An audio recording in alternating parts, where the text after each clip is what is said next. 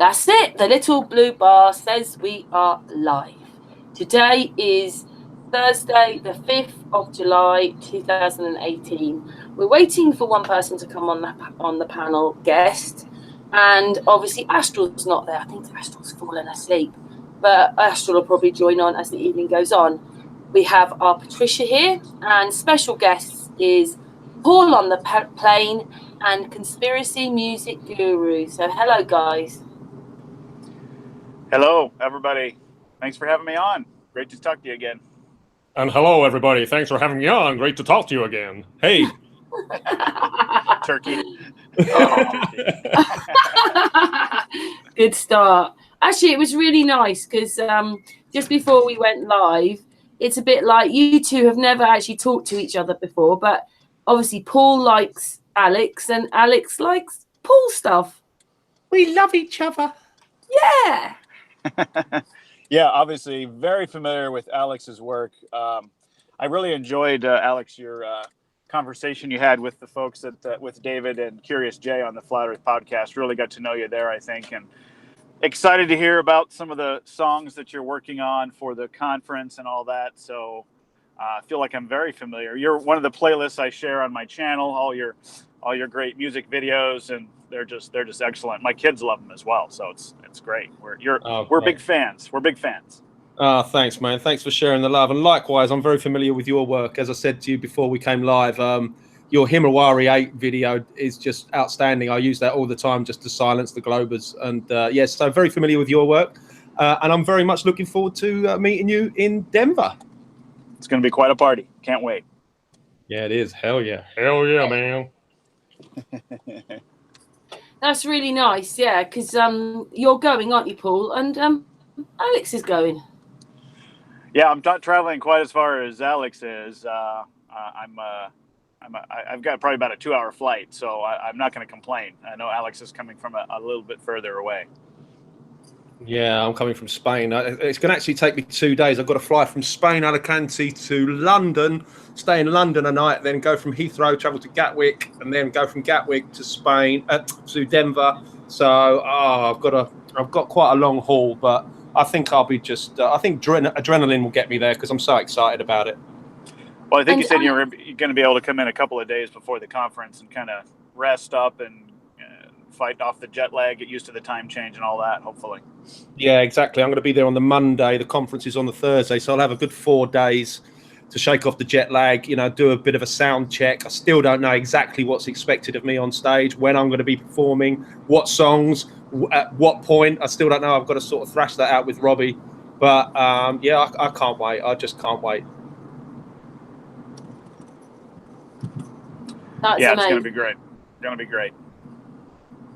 Yeah. So, Alex. Yeah.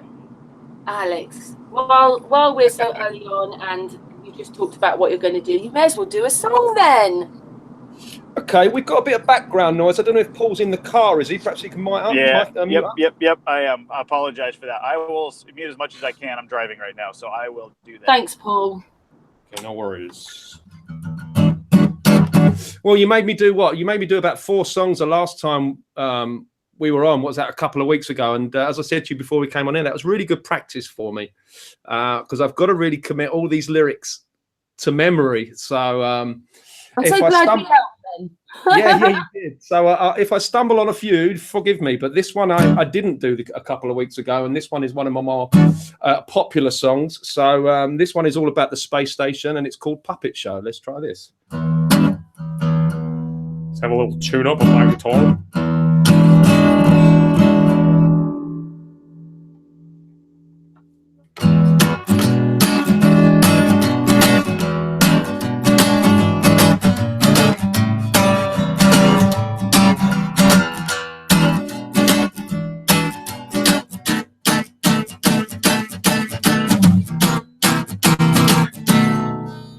Let me tell you something about the space station. It's only really there in your imagination. That thing ain't real, it's science fiction. It's there to feed your space addiction. Those astronauts are not in space. It's written all over their stupid face. See, I can spot a light from 100 miles.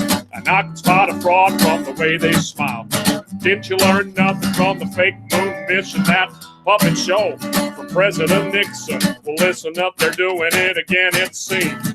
Check out the harnesses and green screens. I used to work a lot in film and TV. I know a bit about the television trickery to create the illusion that you're somewhere that you're not. A green screen is what you're gonna use a lot.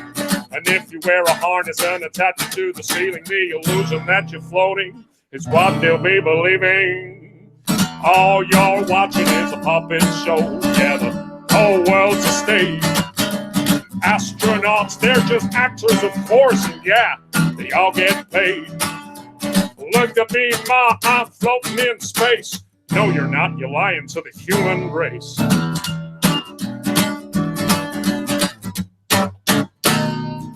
Well, let me tell you something about a zero-G plane. This thing flies up and then down again. Some weird stuff happens if you're on the inside. You start to float as the plane takes a dive. Simply add an actor that's trained to deceive, and you got yourself an astronaut, or so you believe. The plane flies up and that's everyone's cue. Then action, we've got some deceiving to do. The plane flies down and then everyone knows to start the ISS live show. Floating in a plane with zero-G, but you only see astronauts on your TV. All you're watching is a puppet show. Yeah, the whole world's a stage. Astronauts, they're just actors, of course, and yeah, they all get paid. Look at me, Ma, I'm floating in space. No, you're not, you're lying to the human race.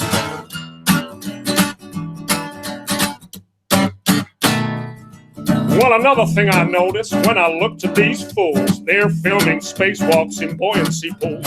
And NASA's gonna tell you that it's just for training, to practice for space station maintaining. Well, I thought about that, but if that's the case, then why the hell can I see bubbles in space? Take a hard look at the next spacewalk. Tell me if you can see bubbles at all.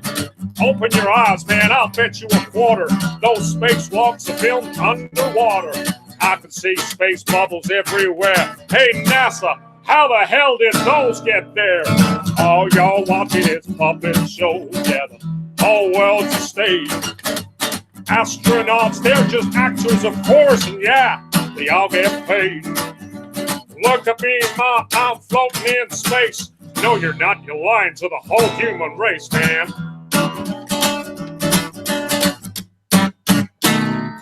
So when you see an astronaut aboard the ISS, take another look at your TV set. They're pretty good at faking, so you gotta look close. Pay some attention to the way the actor floats. If you ask me, that ain't zero gravity, but Hollywood effects that I see on my TV. Take a good look at the whole darn thing. These lying bastards, they're just puppets on a string. It's all a big science fiction puppet show. The game's up, NASA's, because we all know. Thanks for the show, NASA. It's been a blast. Now take your fake station and shove it up your ass. All y'all watching is a puppet show. Yeah, the whole world's a stage. Astronauts, they're just actors, of course, and yeah, they all get paid. Look at me, Ma, I'm floating in space. No, you're not. You're lying to the whole human race, man. All you're watching is a puppet show. Yeah. Whole world's a stage, man. Yay! I really like that. Those are very clever words. Yeah, it's just flecks of paint. Just flecks of paint. Not bubbles, flecks of paint. Of course it is. Of course it is. Astral's joined us as well, by the way, in the middle of that. Good evening, everybody. Good evening. Hey, Astral, how you doing, morning. man? I'm good, Hey. Alex. Nice little wake-up tune there for me. Wake up tune. You're just getting up, are you? Yeah, well, you know, a hard day's work and that. You know, I was a bit tired, but yeah, it's a beautiful song, man. I love it. Thanks. How's the sound coming across? It sounds all right. You can hear the guitar okay and everything? Yeah, Yes. that sounded good to me. Fantastic. That's yeah. good. That's all I want to hear. Yep, it was good. So that's really great that you two are going to meet each other and connect even more, I think. Yeah, And, Alex, and you were what seems a so- big place is actually a small place after all. Yeah, I was just going to say, Alex is so talented that it's just remarkable. And his split personality kind of catches you off guard every once in a while. You have to watch out for that. Yeah, I've said to people, it's like I've been MK Ultra'd. You know, it's like someone says a trigger word like flat Earth man, And I go into this kind of accent that's like that, and I don't know where it comes from, man. very strange.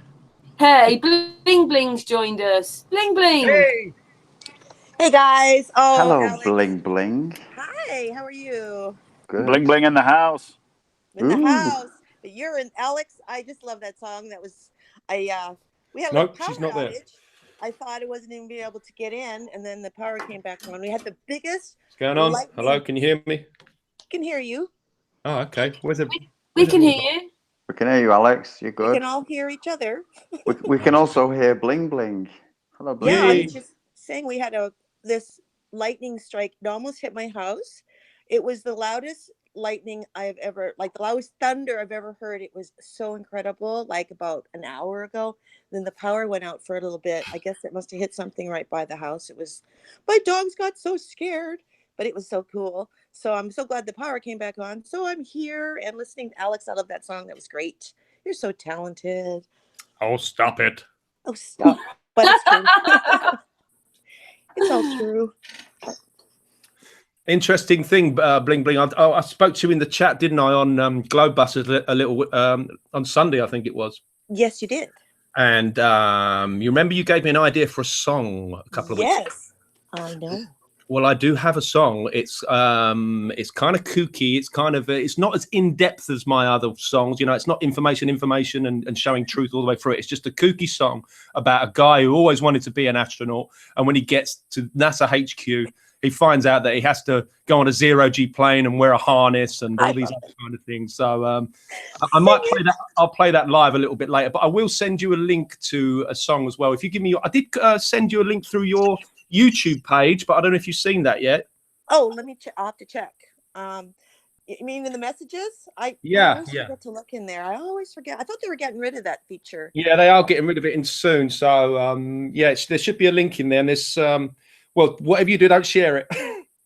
Oh, I won't. I promise. But thank you. Oh, I feel so special. I'm so excited. I can't wait to hear the song. Yeah, I think you're going to like it. It was a great idea, really great idea. And there was only going to be 9 songs on my album, but that song, it just came out as a bit of a kooky song, a bit of fun. I thought this will make a great track number 10 as an outro song. You know, because the whole album is talking about NASA, and then you've got this guy at the end on track 10 going, I always wanted to be an astronaut. and he's sort of crying through the song as he realizes that he has to pretend in front of a screen and that kind of thing. It's quite funny. I think you'll like it. Oh, I'm so excited. I can't believe you're putting it on the album. I can't wait to buy it. Did you say you're gonna play it for us later, Alex? Yes. I'll play an acoustic version for you. Nice. Yeah, I think you'll like it. You heard it live here first on the Sun and Moon Family United. Cool. Indeed. Yay! So what did I miss? What I don't even know how long I was not. We've just come on, really. Basically, good. that Alex uses Paul's work and Paul uses Alex's work, and they're going to meet each other at the convention later on this year. And then Alex played a song, and then you came in. Okay, so I didn't miss anything. Excellent. No, I'm happy. Just formal introductions, really. Okay, so what are we talking about? What do you Well, want to I was just going to ask, like, if Paul's there, what Paul's been doing lately. Yeah, let's listen. Yeah, sure. I've actually been really busy with life stuff. Haven't been able to produce a lot of videos. We just wrapped up our season 2 of Faking Space with about 7 videos that were relating directly to the moon landing hoax. Kind of diving in deep there. So we're going to start season 3 probably in the fall. September, October. We're going to come out with a bunch more. So I've just taken the last couple of weeks and had a lot of business stuff going on, but I do have an experiment coming up, if all goes as planned, that I'm going to document and eventually make a video on the results of it. But I talked a little bit about it on my Truth Frequency radio show on Tuesday night, and it is using a very inexpensive piece of technology called an IMU, or an inertial measurement unit. And what it is it's a very, very small. It's about the size of if you took a quarter, a stack of of quarters, which is about I don't know, 3 or 4 of them. That's about the size of the device, and it just has one little cord coming out of it, which is how you power it. And it's a gyroscope and accelerometer. And what it is used to measure angles and measure the acceleration to that angle. And it has a nice computer interface that you download the free software, and it takes readings, about 10 readings per second. And I've been doing some tests over about 180, 200 miles to see what kind of curvature can be measured with it, and getting ready for taking it on the airplane, hopefully on Monday, and going to do about 1,000-mile test. It's just a Bluetooth to the computer. This whole device only cost about $30 US. So Wow. it's a very inexpensive piece of technology. It's so prevalent now. There's so many companies that are making it. And what's it going to prove? I'm trying to measure curvature. This darn elusive curvature of this spinning ball that we live on is being elusive. And what this is basically a naked gyro. So there's no system that's going to correct it for curvature or correct for spin. It's a naked gyro, and just basically using it to measure curvature over great distances. And an airplane is a great test. I'm going to, if all goes as planned, just have it taped to the little drop-down tray, and I'm going to start the reading once I reach a cruising altitude, and let it run for about 2 hours. So there should be about 1,200 miles that I should cover over about a 2-hour period, and measure how much the gyroscope will measure a change over 2 hours of flying over the globe. So that's what I'm going to be looking for. I should see approximately 10 to 12 degrees, maybe as many as 14-degree angle change in the X and Y axis if we live on a globe. My hypothesis is that we'll experience little to none over that period. Paul, has it got an altimeter as well? Does it tell you your altitude and how high you are? No, this thing is pretty stripped down. It's just the gyroscope, the accelerometer, which they kind of work together, and it's got a filter in there. So it kind of reduces the noise from the gyroscope, reduces the drift and things like that you typically will have with the gyroscope. It will help reduce some of those things. It does have a compass, but it's really stripped down. I know that there are models like this that do have GPS, and that's kind of the next step. Potentially, if these tests go well, is to be able to implement GPS. And I'll tell you what, if I'm flying over the ocean and I'm getting GPS, that will tell us a lot. But if I'm not getting GPS when flying over the ocean, that should tell us a lot as well. Paul, I was going to ask, is it digital? It's not the gyroscope part, but did you say there's something that you can measure angles with or degrees? Is that like it's a 3-axis gyroscope, so X, Y, and Z axis. They're 360 degrees, all three dimensions. And what it is I power it with an external battery, just like you would have like an external battery for your phone, because it's a USB connection to it. So that's just the power. And then I Bluetooth it to my laptop. And it has the user interface there. You can see the readings coming in. Excellent. It's continually measuring X, Y, and Z axis changes, the acceleration changes to those angles that it's measuring. And I'm getting about 10 readings per second. So I've done a 4-hour test, and I've done as many as 12-hour tests trying to see how good the Bluetooth connection is, and it runs rock solid. I've been able to run it for 12, 14 hours connected. And then I've done 4-hour tests in my car over 200 miles on a leveling board. I just taped it to a leveling board, made sure it was level, and then took off, drove 200 miles, 180, 200 miles, and recorded the whole thing on. And you just record, the software records it. So I've got like 14,000, 15,000 seconds or whatever it is over that period of time, and I've got 10 readings per second. So it gives you a lot of data and a lot that you can play with. So it's really interesting, interesting technology. I presume as long as you can use your phone on the flight, then you're good to go. But it's just my laptop. It just is Bluetooth to my laptop. So it sits there and records the whole thing. So I have my laptop set up so that it doesn't go to sleep or anything like that, when I have the lid closed. So it just sits there and collects the data, records it over. So it's going to record over 2 hours. And then I stop recording and I save it to Excel. I've got all the data right there. And you're going to video this? Yeah, I'll take pictures and video it, and yeah, we'll see what happens. Paul, We'll see if I see just if I to experience some curvature. be the devil's advocate here, what would you do if it measured curvature? Well, I'd have to continue testing. You know, why did I experience that? Because I've done a lot of these tests already with just the accelerometer and don't experience curvature. And I did the 180, 200 mile test and haven't seen it. Haven't seen what the globe would predict. So my guess is if it does measure any angle change, it's not going to be consistent with what the globe would dictate. But you know, maybe there's some equipment issues that we need to kind of figure out. So Well, we'll have to I see. predict there'll be nothing. There'll be no curvature at all. Well, the stationary tests don't measure any change, you know. So if you let it run for 6 hours, 12 hours, we should be seeing 15 degrees an hour, things like that, you know. Is it a big flight? Are you going on your vacation again, or is this just for this? Yeah, purpose? this is a family trip. Yeah, so Nice. I take advantage of the air travel. Are you going overseas again? Nope, just flying across the United States on this trip.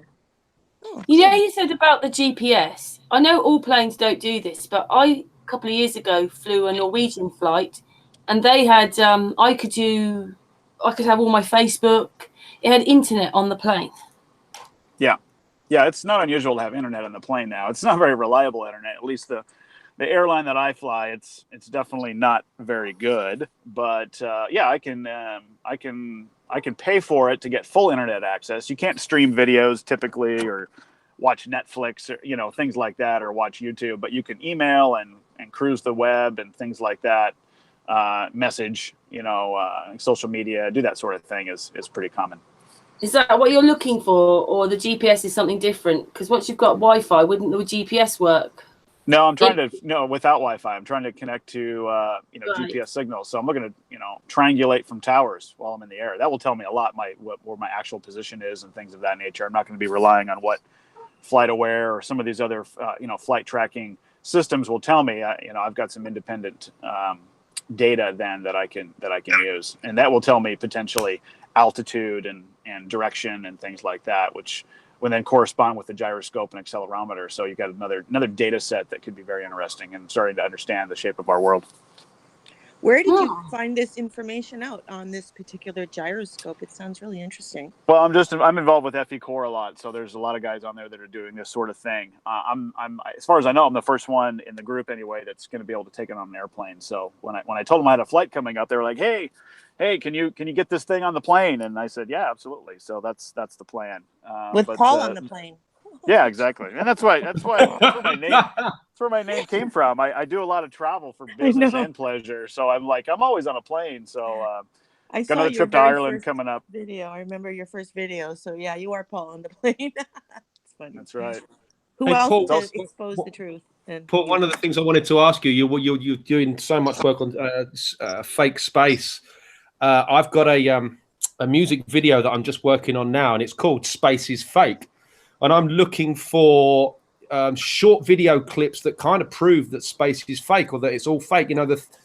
For instance, like the really bendy, flimsy hatch on the space station, things like that. Just short clips that I can put throughout the music video that just is a real indication that what you're looking at is fake. Do you have anything like that I could steal?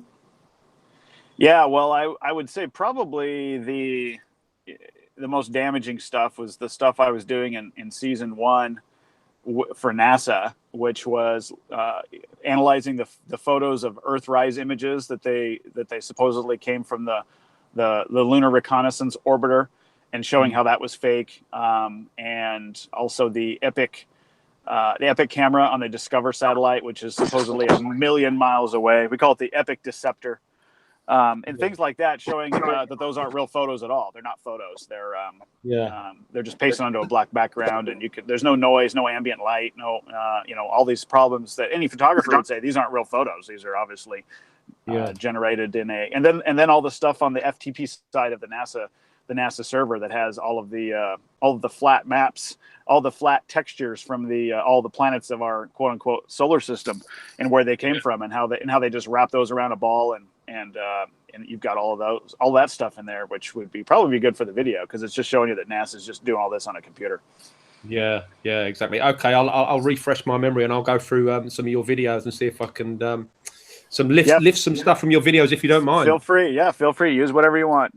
Thank you. Alex, Alex, just want to make mention on the bendy door. I think you should just sort of watch that again. I believe that even though I wish that was a metal bendy door, I think that's the thermal cover that I think it was Antonio that made that video a long time ago. That there's a thermal cover that they use on the outside of the door, and I think that's what it was that he was making the video about. So I'm just saying, maybe you want to just relook at that again. Yeah. Okay. Thing is, though, would you have a flimsy, flamsy door like that? But like That's I said, what it's I a was about to it's say. a thermal cover that goes, to cover the actual door that closes. They say is closing from the inside. They don't have But a door. surely, if you're in such a harsh environment as space is, that shouldn't be bending and flipping around like that. Surely. But it's because it's made out of fabric. Is I it looked thermal into it when I saw to the keep them video. warm? I looked into it, like, because I don't want to ever spread any misinformation, because that just makes us look foolish when someone discovers, well, wait a minute, that's not the way this is the way it is, and Yeah, then we we want look the stupid. truth. That's all. Exactly. And as much as it would be nice to say that's the actual door that they're trying to say is the door, it's not. The actual door that they have opens in to I'm using air quotes, space station. So, but I do have I came, and I'm still working on my video. I got sort of distracted doing something else the last little while, but I have a video, some footage of a busted up wall on the inside of the space station from one of the actual hatch doors that, the official hatch door in one of the segments that they use when the astronauts come out into the space station. They smashed in the whole wall to be able to open up that door, which is hilarious. Like, it's so well built that they they didn't think about that, and so there's a big hole in the wall. You can see it's all caved in, and the door is like pushed into the interior of the space station. So And I've got some paused astronauts. A paused astronaut. One's moving and one's paused. Ah. That's funny. But there's a lot of stuff. Like, there's a ton of stuff to prove that they're contriving the whole thing. And it's just, we just have to be careful as truthers to make sure that we are spreading the truth. And as much as we'd love to be able to show things that I'm thinking of right now is the one where the helmet turns. The astronaut is like doing a spacewalk, and his helmet turns. That's a good one. The swivel helmet. Yeah. Exactly. Yeah, because it shouldn't be. And the reflection of a scuba diver on a spacewalk. That's a good one. Yeah, that's what I need. I need something that's visually, because these images are going to be on the screen in the video for like 2 or 3 seconds. I want you to be able to look at it and me just point at it and say, look, this is fake, and they can get it, and then I can move on to the next line in the song. So it has to be visually strong. And I like the idea of the swivel helmet. There's some really old footage, and I don't know where it came from. I'd love to find the original in the space station, or I don't think it was Mir. I think it was the space station where all of a sudden, and they were doing parabolic at that time, where they went too long and they fell and they all crashed against the wall. I know the bit. I know the clip. Yeah, that's a great clip. Yeah, it is a great clip. So again, that's ultimate proof. So that's the kind of stuff you would want for your videos. Real strong, ultimate proof, not something that could be subject to, like, people researching and then finding out that the thermal door is just a fabric cover that goes over it and it means nothing. But the other stuff that, where you can't explain it away, where you've got a freaking scuba diver and the reflection of the mirror on a helmet. Yeah. Okay, great ideas. Thanks for that. Oh, you're welcome. And there's others too. There's a lot. I can dig some up for you too. There's a lot. But I'm just working on a video. I got to finish it. I've been busy doing something else here. Hey, Bling Bling, could you put your contact? Can I contact you? Like, if you could put your email address or something in the private chat there. I shall do that. And then, if you've got any, I should just tell you, I'm not afraid. It's Bling Bling, the BS of the ISS @gmail.com. Oh, okay, cool. Okay, thank you. That's just the one I use for this stuff. So if people want to email me hating stuff, like, go ahead, I don't care. Like, I get enough on my channel, you know, just add a couple more to those. When you find all those insects on the windows of Apollo and landers and the ISS and all that stuff, make sure you send them to her, because she's got the eye for the insects in space. Yeah, insects.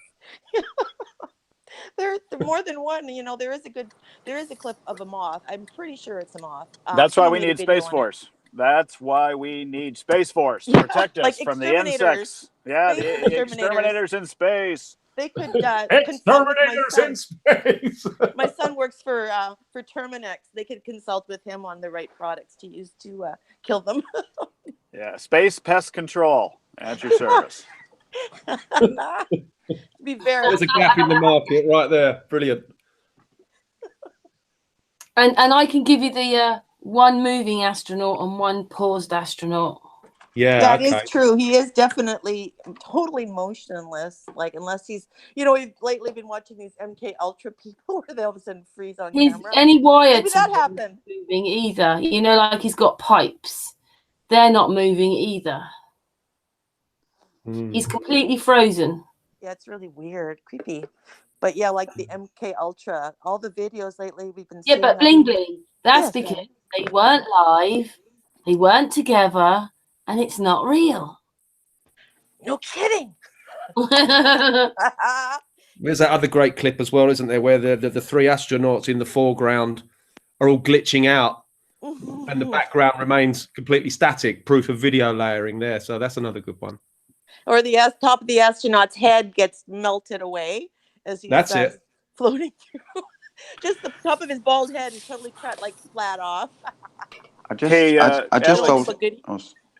Alex, sorry, have you seen Mike Helmick? Have you seen his the virtual reality virtual? I think it's called augmented reality. Yes. He's got some clips in there that just showing how they are interacting with those 3D objects in real time. You know, that making them look like they float, and that might be something worth looking at as well. Yeah, definitely. I did actually include that clip in one of my first videos, Puppet Show, where you could, because actually during that clip, in the background, you've got the guy on the wire or the harness or whatever it is, or going in the background backwards and forwards. While the guy is manipulating, the guy in the foreground is manipulating the object, and clearly just grabbing thin air. Nothing. Yeah, that's another good one. There's so many. Yeah. And the virtual reality toy is a good one as well, where this thing comes out of nowhere and then she swipes it out of the sky. Yeah, there you go. Oh, you're talking about Paxi, the little doll that they proved that they are in real time using augmented virtual reality. Like, they showed their cards that day, which I don't know why. And they still use it as their mascot. That's like a big thing to them, the stupid little doll Paxi. They actually it has its own channel. I don't know if anyone knows that. Oh my goodness. Oh my god. Of course it has. So stupid. Oh no. Wow. Wasn't that the astronaut? It's all about brainwashing kids. The whole space station, that's all it is. It's just one big child indoctrination center. Wasn't that the female astronaut Peggy, someone who spent 666 days in space? No, it was actually the American Indian Sunny Williams. Sunny, that's it. Yeah. Sunny Williams. I can't believe I know their names. I don't want to know who these people are. Seriously, it's horrible. But they are getting better at their craft. It's frustrating to me. Actually, they brought back for the first time in a long time, they brought back a long-haired astronaut. So they've got an American, an older woman. Again, weird. You would think you would have somebody younger, but got a woman clearly in her mid-40s with long hair. And she's now, when she's doing, she did her first event. She didn't let go of the microphone, of course, because she's not probably trained well enough yet to do that. But her hair was floating all around her head. They did a much better job with it this time. It actually almost looks real and convincing. And they managed to have her drink water, and it looked convincing. They left a shine on her hands. It looked like it was really there. And people would really believe that if you didn't know better. You would think, oh, geez, that looks so real. That has to be real. But yeah, the big hair. big floating around her head. How stupid, as if an astronaut would be professional and have their hair doing that. You look like an idiot. They're getting so good at it now that we're at a point now where you can't tell the difference. The CGI. Yeah, it's frustrating. Yeah. But we know the truth. They're Absolutely. lying bastards. We know the truth. I'm not going to get suckered into thinking, oh, I was wrong. It is a real place. No. Hey, I don't know if anyone saw. We've just been joined by Truth University's Rob. Rob, exactly. Rob Taylor. Yes, this is Rob. Thanks. How's it going? It's going good. How are you, Hey, brother? Just to explain, Hi, everyone. who's on the panel with you, we've got I'm doing it from left to right on my panel. We've got Bling Bling, BS off the ISS. We've got Conspiracy Music Guru, our Patricia, Paul on the plane, Astral, you and me. Beautiful. Nice to see everybody. Those are all big names. Yeah, well, yeah, you are, aren't you guys? Good to talk to you, Rob. I want to mention Rob. The first email I got from Rob, it took up like 5 pages. He's got so much information, links and documents and all this stuff. I was like, wow, what a collection. So hats off to you, sir. Good job. Well, thanks for recognizing that. I developed that, I think, right when I was coming off of 16 months as a graduate instructor. So at the time, I've only come to realize this recently, there's not really a study pattern or a Flat Earth 101 all the way up to graduate level. There's not a study sequence for Flat Earth. So I attempted my own, and that's what that 5 pages is. It's awesome. Yeah, that's what we need. You know, it brings up a good point. You know, there is a like an online university where there's a Flat Earth Clues. I don't know if anybody has seen this. You can go and take a Flat Earth Clues course, and some lady has put it together. Oh, really? Nice. Yeah. So yeah, I went and did it, and I don't remember what the cost was. It was pretty inexpensive. I'm going to say like $20-$25. But I was just curious, so I took the course. Really, for pay, huh? Yeah. And so some lady puts this up, and I'm sure she gets a piece of the action, and you know the platform that this is on. I have to go back and find the link. I sent it to Mark, and he was laughing. But what you do is she put together a PowerPoint introduction, and she talks about conspiracies and false flags and hoaxes. And sorry about the background noise, I'm driving right now. But anyway, so then what you do is you watch Flat Earth Clues #1. You watch the video. And then there's a little bit of a quiz after it. And then you watch #2, and then there's a quiz. And then #3, there's a quiz. And then when you complete this, I can't remember if there was like a comprehensive, quiz or chapter test or whatever to take. But then you get a certificate. So I've got the certificate. What an excellent idea. What a brilliant idea. I love that. Wait what a great idea. This lady exactly. charged $25 for Mark's work on his clues. Well, that's why I sent it to him. I said, Mark, I don't know if you're getting any royalties here, but you need to be aware of it. So I don't know what he did with it, but I sent it to him. I think it's great that people, put together, nice little condensed version of things, but we shouldn't be charging for the information that's free on YouTube and everywhere else, especially when you're using someone else's work. I think that's pretty terrible, actually. That's $25. Yeah, I don't disagree. I don't disagree. The lady did have her own content on there, appeared to be. She did create some stuff, but she definitely was using the Clue videos. And so, if anything, she should have, had Mark's permission and whatever they worked out, obviously, at some level. So I agree with you. Terrible. Wow. I hope he kind of goes after that. I don't like that. I wouldn't want someone to take my work and then put it together like that and then charge for it. And I spend thousands of hours looking at NASA footage. Like that's messed up. So that is a good point. Yeah, we need to respect each other's. Yeah. Yeah, that is a good point. Don't quote me on the price. I can't remember what it was. It was nominal. It wasn't like $250, something like that. I don't remember exactly what it was. Nominal. It was a nominal fee, but it was a fee. I hate that word, nominal. It was small. It was a little fee, a little fee, just a little baby fee. They always say nominal so much on the rocket launches. It just makes me sick. That's like the only word they know. I know. Just say normal. Just say it's fine. We're in the green. Whatever. Yeah, small. The faking it is working. That's exactly what it is. So, It's supposed to be military, if you don't I guess. mind, Mr. Paul, nominal is actually it's a legal term. It means a token. It means a token fee, a nominal fee. It means small. It's a legal term, legal contract term.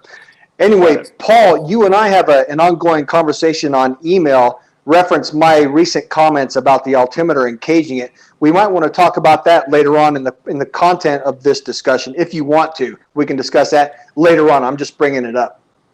Yeah, sure. Yeah, I don't know how much I want to go into it just because I haven't spent a lot of time. Okay. Well, if you don't mind, I'll briefly give my explanation. I'll give you a brief explanation and then we can move on. Is that okay? Yeah, sure. I'm totally okay. open. Yes, sir. Now imagine this. Everybody, we get in our car and we look at the dashboard, if so, and then we turn on the ignition and we let it warm up a little bit and then we drive away. Okay. In an aircraft, the startup sequence has more than 100 steps in the checklist. Okay. Think of, and now the Black Hawk, any helicopter cockpit, think of all the gauges and the dials and all the switches. Okay. When there's a step and it's an expanded step on the checklist, it says instruments and switches check and set. Okay. It's well known in the Army flying community, actually any military flying community. When you're looking at your dashboard, you kind of make a Z pattern and you start at the top and you go all the way across the top and then you come back down middle row, you turn left to right, and then at the very bottom row you go back and forth again. Okay, so you're covering the entire thing. When it comes to the attitude indicator, we cage it. This was what I was talking about. We cage it. We let it spool up. On helicopters, this is. Helicopters, and you know what? I've never gone through this startup procedure on an airplane, so I don't know for sure. I can only assume that they do because it's a military aircraft, and the attitude indicator on a plane is going to operate almost identically as a helicopter. So, and you're right there, Karen. I'm assuming I'm making the leap to an airplane. But here's how this was my startup procedure on every aircraft, and I've flown 3 different aircraft for the Army. So when it comes to the attitude indicator, what we do is we cage it. We pull out the knob and we let the gyro spin freely. Okay. Oh, and by the way, I recently, it was just yesterday, I downloaded the full operator manual for the UH-6 Black Hawk helicopter, and I'm going to read through there. I'm going to find the exact references for this that talk about the altimeter or the attitude indicator. We cage it, and means we recalibrate it set to that airfield. I'll get you the documentation for that, and I'll look it up since somebody's asking about it. Looked on about commercial flights and like the pre-check when they're getting ready to get the plane ready to take off. They never mention the gyro or the altimeter. They never mention those instruments. They do the attitude indicator. Yeah, and you're probably right. Everything else, they even show you the axe, which is a pin down behind the captain by the door when they come in. They even show you them tugging on the ropes in the side in case they have to make an emergency exit. They never ever talk about the gyroscope or the artificial horizon. Nothing. Yes, and I'll tell you why. It's because there's a lot of, if they talked about every system on there, it would take them 3 days. So on the commercial aircraft, there are probably 3, there's at least 3, if not 5 backup gyroscopes for the attitude indicator. Then they're all computerized, and they're all so computerized, they're so embedded into the computer system that they don't rehearse it. The pilots don't even see it. They don't touch it. It's all computerized. Every time the plane, they turn the plane on or the power on the plane, whatever it is, or they're turning it. It's most likely automatically done. It's recalibrated by the computer. Taken for granted. Yep, there you go. So and that's the simplicity of it. Taking off and it doesn't work properly. Then what happens? Well, it does work properly, and that's why they have 3 to 5 systems. If one fails, there's 4 backups. When you start to look into aviation technology, there's always a redundant system. The entire hydraulic system has a redundant capability. If one of it fails, you got to have a backup. Because when you're in flight, you're not going to land at at a mechanic shop and have them fix it, right? You've got to have a backup. And that goes to aviation technology. Simple. Anyway, cool. Just one moment there as well. You also wanted to come on this hangout, didn't you, to meet Alex, conspiracy music guru? Yes. I'm quite happy to link up with Alex. So, hello, Alex. I love your videos. I've downloaded every one of them. Oh, thanks a lot, man. Thanks for the love. Hey, it's a pleasure to meet you, man. You're clearly a knowledgeable man. Well, thank you, sir. 27 years studying international relations, and I went to flight school in 1998, finished in the year 2000. So, and I remember, I'm a student of what I do, so I remember it. I try and remember it, right? Oh, and another thing, Alex, the reason my transition into flat Earth, I rejected it because I was a pilot. I was an international globist, right? When my buddy shamed me into flat Earth, he said, "Okay, Rob, you want to reject flat Earth, but if you want to escape the matrix, here's what he said: unless you look up flat Earth," and he just said, "Look it up. Unless you look up flat Earth, you're going to remain a slave in the matrix." And that was all I needed. I thought the light went on right there, and I looked into the flat Earth, and it only took me about 5 minutes because of my aviation knowledge, because of my knowledge of physics and everything. I tried to find truth. It didn't take me long to realize, of my own research, to realize that, yep, this is right, and I jumped on board, and that was 3 years ago. Yeah, we're all coming at it from different angles, aren't we? I mean, that's a great thing. That's a great thing to say to spark someone to spark someone to research themselves. Is if you want to, that's a great phrase. If you want to remain a slave in the matrix, that's great. Yeah, you go and look at flat Earth, because that immediately gets you thinking. Yeah, plus another thing that I admire as well is that we're from all walks of life. I mean, all walks of life, and from all countries, basically, aren't we?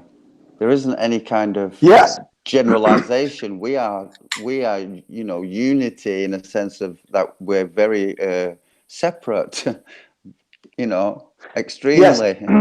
Actually, when you say it that way, sir, there's only one thing linking us all together, and that is the concept of flat Earth. Yeah. How else did we all get together on this phone call other than flat Earth? Yeah. True. Astral, I don't know if you were on for this bit, but Alex and Paul are meeting each other later on this year at the convention in America where Alex is playing. So that's great. Awesome, that. Yeah. By the way, Alex, is there any chance you can play that song now? Please. Yeah. I love him, man. Didn't I say something? Oh, and Alex, I sent you a friend request on Facebook. I keep waiting for that to go live. Oh, okay. Can you just send me a message? Because you can send a message to anyone on Facebook, whether you're friends or not. Because sounds good. I'll do that. Yeah, do that, and just let me know we had a chat tonight, and then I'll accept you straight away. Absolutely. I have to be a little bit careful. No problem. And I assume you're busy, and you want to be careful. We all have to be careful. No big deal. And here we are on a hangout. I'm not worried about it, but we'll do that later. Thanks. Yeah, sure, no worries. Yeah, I'm very busy, man. I mean, I'm preparing. As I said before you came on, I'm preparing for the conference. I'm releasing an album. I've just written my 10th song. I love I've just finished and mastered. I mean, the 10th song is thanks to Bling Bling for the idea, which I'm about to play in a second. But I'm just going to do an acoustic version. When it's on the album, it'll be a full band and harmonicas and harmonies and all that kind of thing, and bass guitar and drums and all that. So it'd be a lot fuller version. But for now, I'm going to play the acoustic version. But yeah, very busy preparing for the conference. Got another 3 videos that I'm working on at the moment. I mean, I'm just absolutely loving what I'm doing, and it's like you say, it's thanks to flat Earth. I wouldn't be doing this if it wasn't for flat Earth. There you go. The truth has set you free, amigo. The truth has set you free, and you're inspired by it. And you know what? I can't stop laughing at your videos, man. I just freaking love every bit of it. It's a complete mockery, and I love it. And I'm coming from the inside. I am an insider as a military pilot, as a top secret clearance military guy.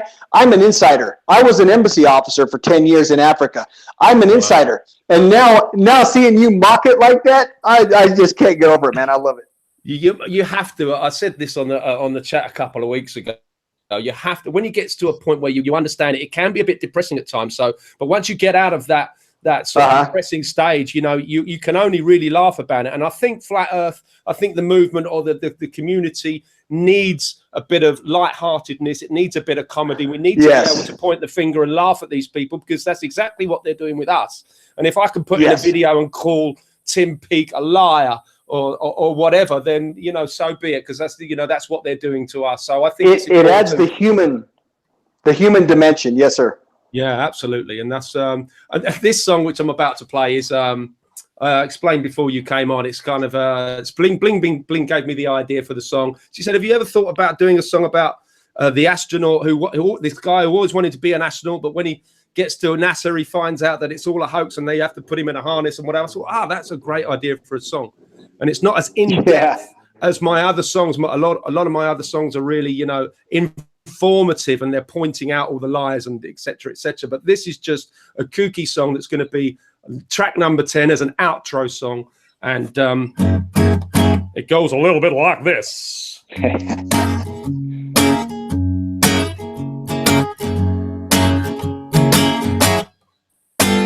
I always wanted to be an astronaut. I'll be a hero, at least that's what I thought. But when I turned up at NASA HQ, I couldn't believe what they made me do. I thought I'd get to go where few men had ever been, but instead they put me in a studio and they just filmed me in front of a screen. I always wanted to be an astronaut. The best job in the world, at least that's what I thought. But when I turned up at NASA HQ, I couldn't believe what they made me do. They took out a harness and they strapped it to me, and I had to pretend I was in zero gravity. I always wanted to be an astronaut. I'll be on the ISS, at least that's what I thought. But when I turned up at NASA HQ, I couldn't believe what they made me do. They told me that the ISS was all in my head, and I'd be going on a zero-G plane instead. I always wanted to be an astronaut. I get to go in a rocket, at least that's what I thought. But when I turned up at NASA HQ, I couldn't believe what they made me do. I really wanted to travel in that super fast rocket, but when it left the launch pad, it had nobody on it. I always wanted to be an astronaut. I'll be in space, well, that's what I thought. But when I turned up at NASA HQ, I couldn't believe what they made me do. They put me in a spacesuit and I looked totally cool, but they just pushed me in the water and they filled me in a pool. I always wanted to be an astronaut. I'll be a legend, at least that's what I thought. But when I turned up at NASA HQ, I couldn't believe what they made me do. Instead of doing something good for humanity, they made me the biggest liar that there ever could be. I don't want to be an astronaut. Oh my God, that was so great. I loved it. That's Absolutely beautiful. brilliant. I can't wait to see the video. Thank you. Great job, Alex. You did that so fast. I can't believe it. You're so amazing. And Alex, I want to say, I'm from the South. You can see from my profile photo there, you fit right in Alabama, man. You look like somebody sitting on the porch with that tank top on with that undershirt. Love it. And the shorts, man. Perfect. It's crazy how so many people were so shocked at my real voice. It was just, I just went into the studio and did my first song, and sort of just this voice came out. I have used that voice before because I make ringtones for a living. So I had used a kind of crazy, really animated American. And I never thought that was authentic in any way. I don't know. It's just what I think some Americans sound like. I don't know how close to the mark it is, but people were commenting on my videos. Wow, have you heard his real voice? People thought I was this trailer trash shit kicker who had no brains. I think, I'd really convinced so many the people. classic redneck, man. The look is there.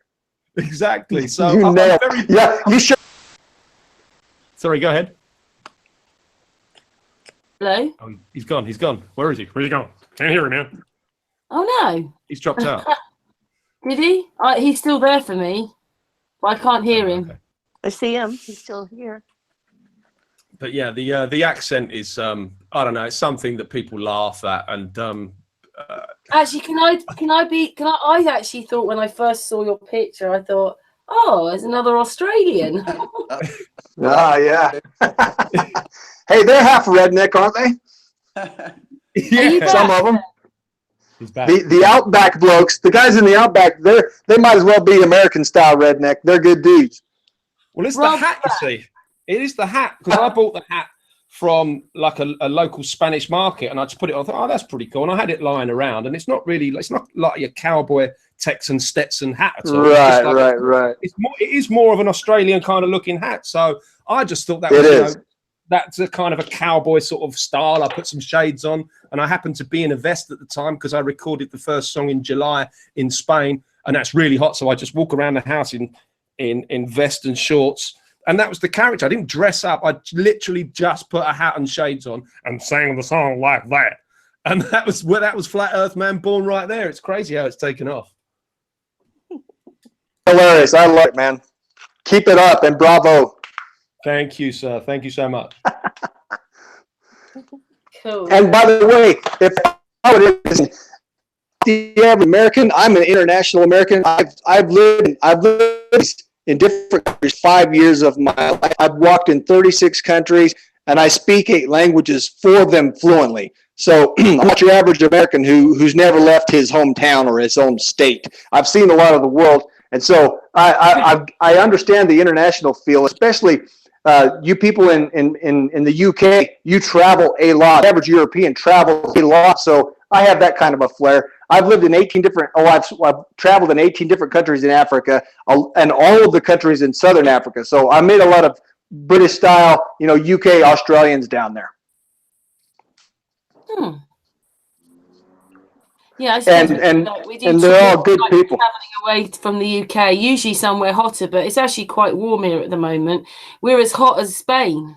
At the In the moment. summertime, it's warm there. Yeah. No, Here is that's why Alex left.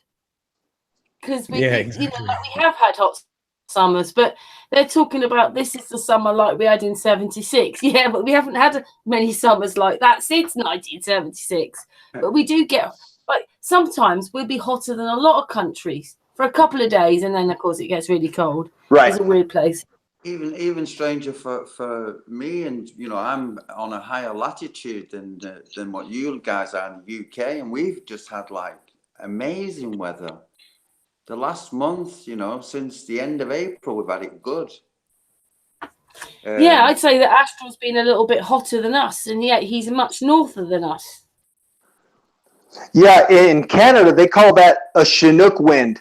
It's not a normal wind. It brings in a lot of warm air. Maybe a week or two brings in abnormally warm. Yeah.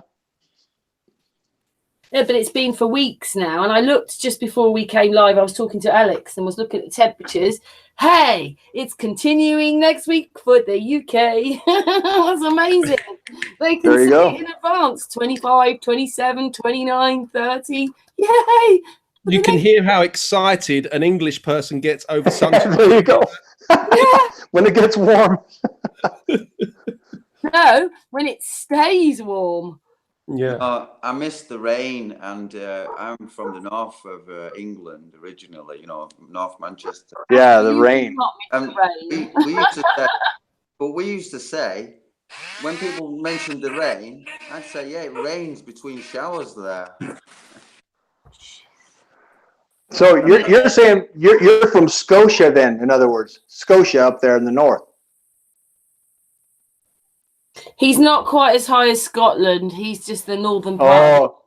Oh, I see. Okay, you don't mean all the way up there. You mean northern part of England Yeah, no. limit. like- Okay, I got you. Yeah. Yep. You people on the island, you still make the division in there. Those lines are still there, aren't they?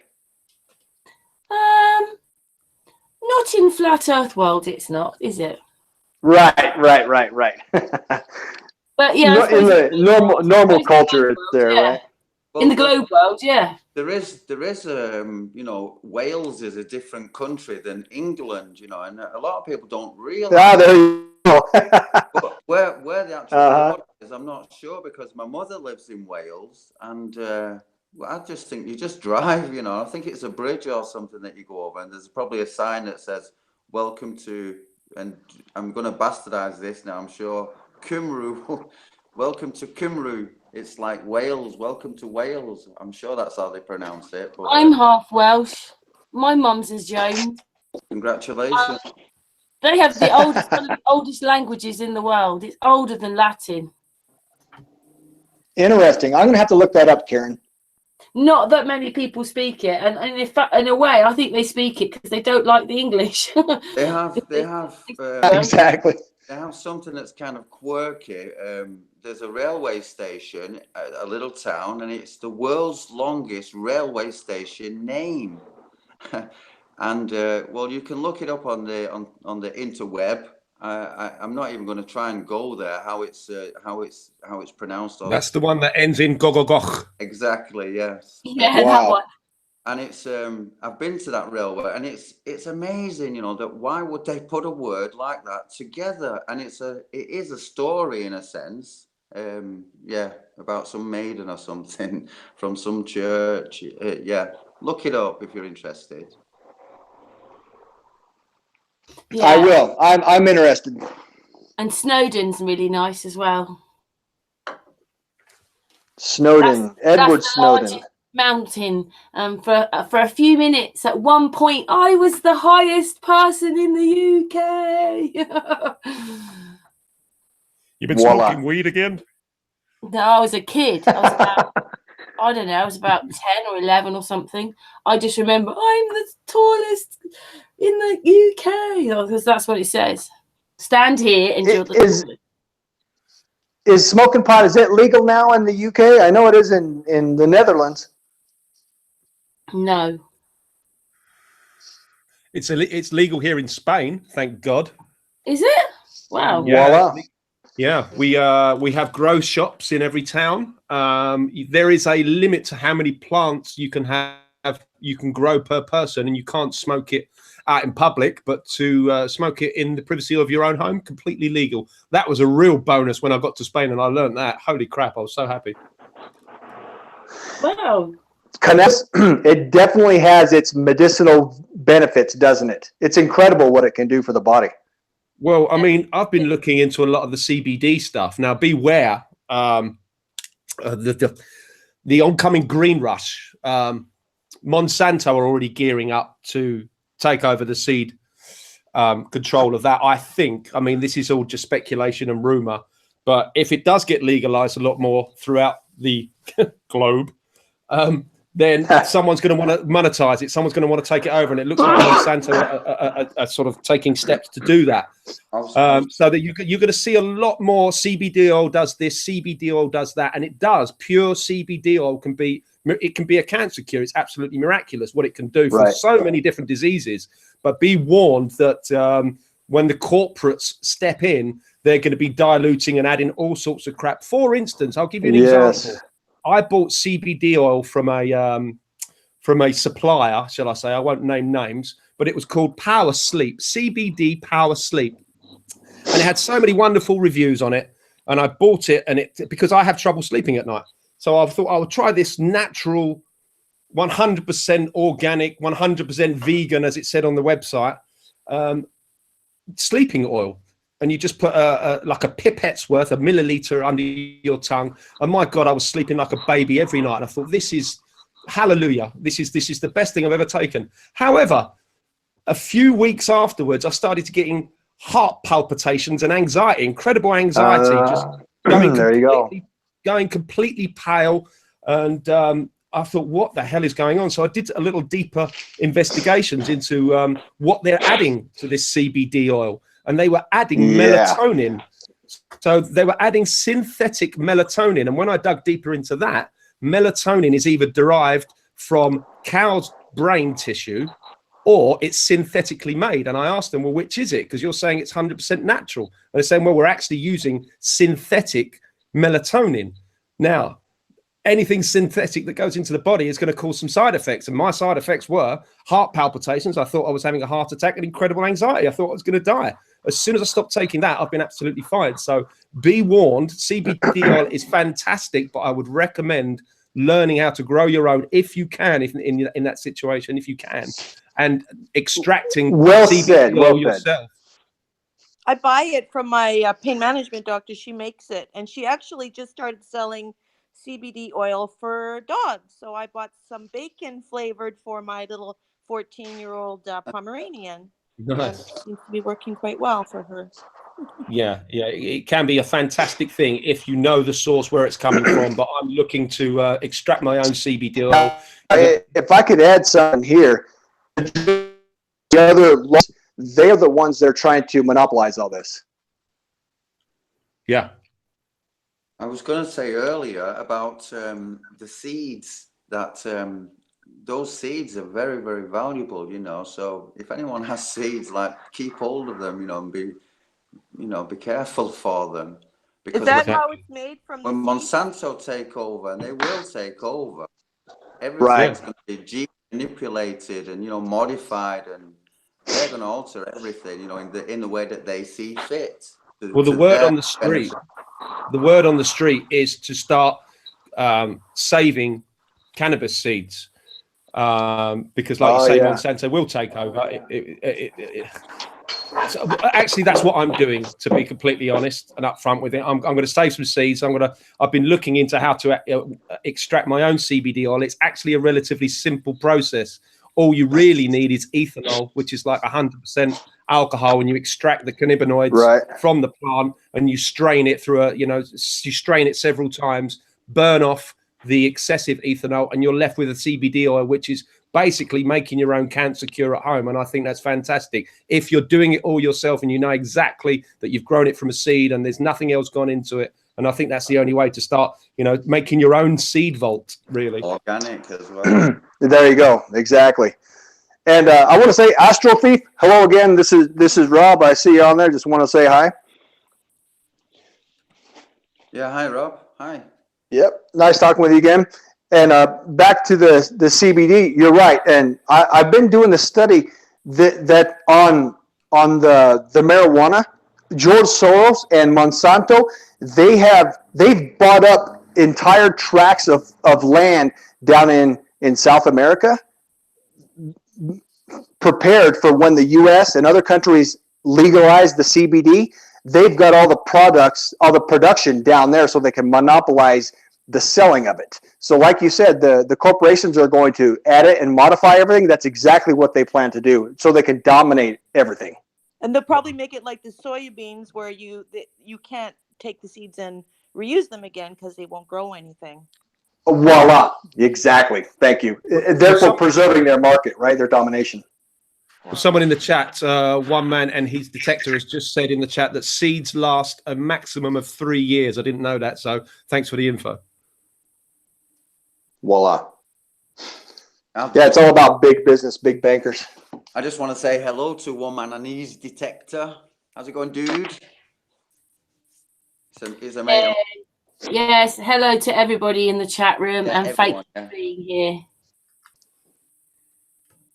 Is Paul on the plane there? Yes, I am. 1 minute. I am just checking out here. I need to grab something at the supermarket, and it's really loud, so I will be back in a few minutes. Apologies for the delay. That's okay, my darling. He's at the supermarket. Don't you love how we all come from do our stuff, yet manage to do our hangout at the same time? Multitasking. It's quite a nice thing that Paul's there, really, because I can imagine going shopping and having a hangout at the same time. It's a bit difficult, really. Well, it makes the shopping. Isn't it nice if we could do that? Bit stressful, you know.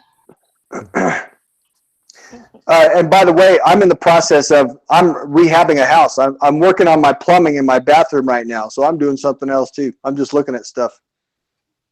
Wow, that's cool.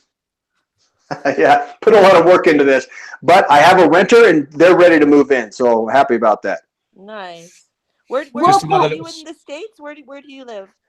Yes, I'm in Salt Lake City area in Utah. Not by choice. My wife likes it here. That's why I'm here. All the Mormons, right? Isn't that where all the Mormons are? Yeah, the Mormons moved out here. The Mormons are an international refugee group.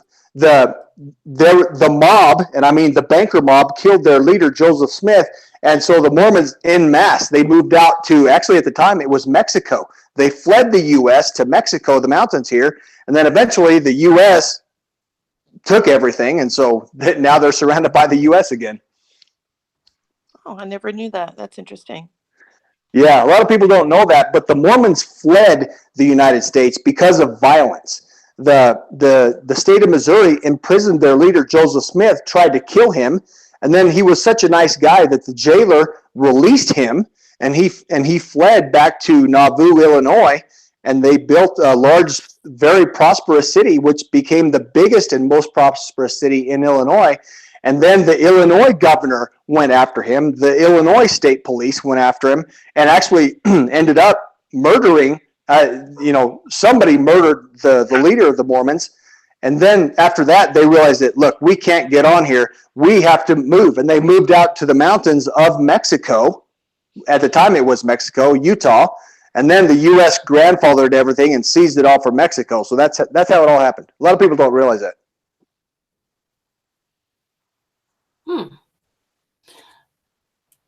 Anyway, So, in other words, the Mormons are an international refugee group, in other words, in that respect. okay, thank you for that information. Yep. And I want, if I could jump in here, Alex made a good point there. We all come from radically different backgrounds, and I noticed this a couple weeks ago. It came to my mind that everyone in the Flat Earth community, I'm a pilot military guy, but then Alex makes videos, and Paul on the Plane does his own research. Mr. Thrive and Survive, he's got a separate angle. Astral Thief has got his, and Russian Vids got his, and Sun and Moon Group, Karen. We're all radically different, but we all agree on one big factor, and that's Flat Earth. And guess what? It's all cooperation after that.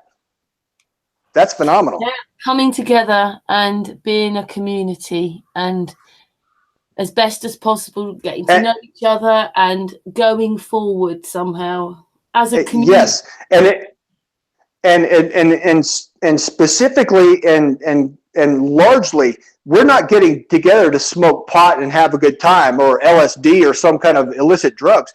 We are coming together to discuss a real world, physically and scientifically proven issue. And that's what brings us together. We're together for a very legitimate and earth-shattering, or globe-shattering concept. That's what makes this completely unique among everything else. Yeah, and bringing us together somehow.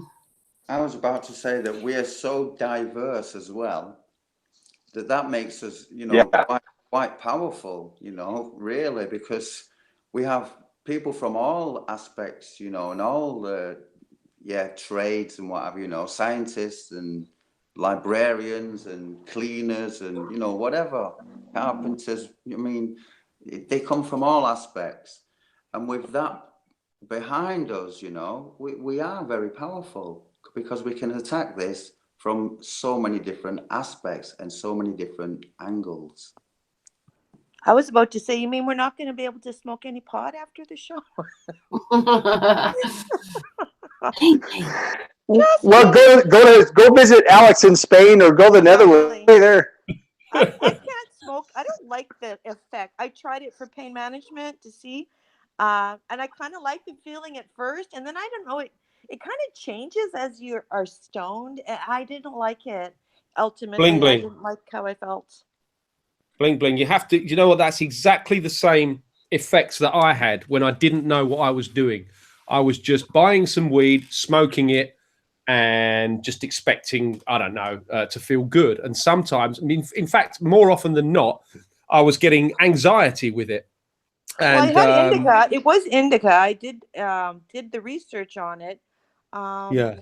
And at first, like I said, I loved how I felt, but then I just found it kind of just changed as I was stoned. And I remember I had to put my chickens up, and I at that time had this big goose in my yard, and I remember I picked her up and I tried to run. I was running sideways. I think you've got to really sort of know your own limits as well. You know, I was gonna say, I think I smoked way too much. Yeah, you've got to really know your own limits. You've got to know, you've got to try different strains, because there's so many, there's hundreds of different strains. I saw that. That's crazy. Each strain will do something. If you wanted a couch low, if you wanted to relax, there are strains for that. If you wanted to have a philosophical high, you can have that. If you wanted something for creativity or clarity or energy, there are strains for that. So it's advisable to look at the strain that you're smoking and see what kind of high you want. If you're smoking it and you get, you can't do anything, you're spaced out, or you get a bit anxious, then that's not the strain for you. Try and sort of, it's like drinking beer, I suppose. You drink a vodka and you think, oh, I don't really like the taste of that, and I didn't really like, when I had a few vodkas or whatever, or try gin then, or try, I'm not promoting drinking, of course, I'm just using this as an analogy, of course, but you can drink some beer and it doesn't really work for you, or it can be a bit gassy, or you can try a bitter, something a bit lighter, and it's about trying different strains. If you've had a bad reaction to it, like I have done, I've had bad reactions to marijuana, but I've got to a point now where I've researched it enough where I know what to take, how much to take, and if I want to get creative, I'll take a little bit before I go in the studio. It gives me ideas. It's certainly the videos that I've made of marijuana has definitely helped with the creation of my videos. I can tell you that. Well, it definitely made me think I was brilliant, and I was having thoughts of things that I'd never thought of before. So this definitely does increase the creative element. Absolutely. When we were kids, and I'm 54, but when I was a kid, I think all we had was like Colombian gold and some kind of Jamaican stuff, and it just made me so paranoid. I hated it. I didn't smoke for years and years, and like I said, I just had tried it. Like, was it maybe last year or so, and for the first time since I was a kid. But once they officially start. Well, I get my pain management doctor isn't selling it yet. She's just doing, like I said, the CBD oil. But I'd like to maybe try again, knowing that it's the right strain for my back pain and my neck pain and my ankle pain, opposed to just getting some from someone. They said it was indica, but still, like, I want more information on it. Well, what you should do is you should look on some of the seed websites that have all the information about the particular strains, and it will not only tell you the amount that you can harvest, the height of the plant, the breeding of the plant, but what kind of high you can expect when you ingest it.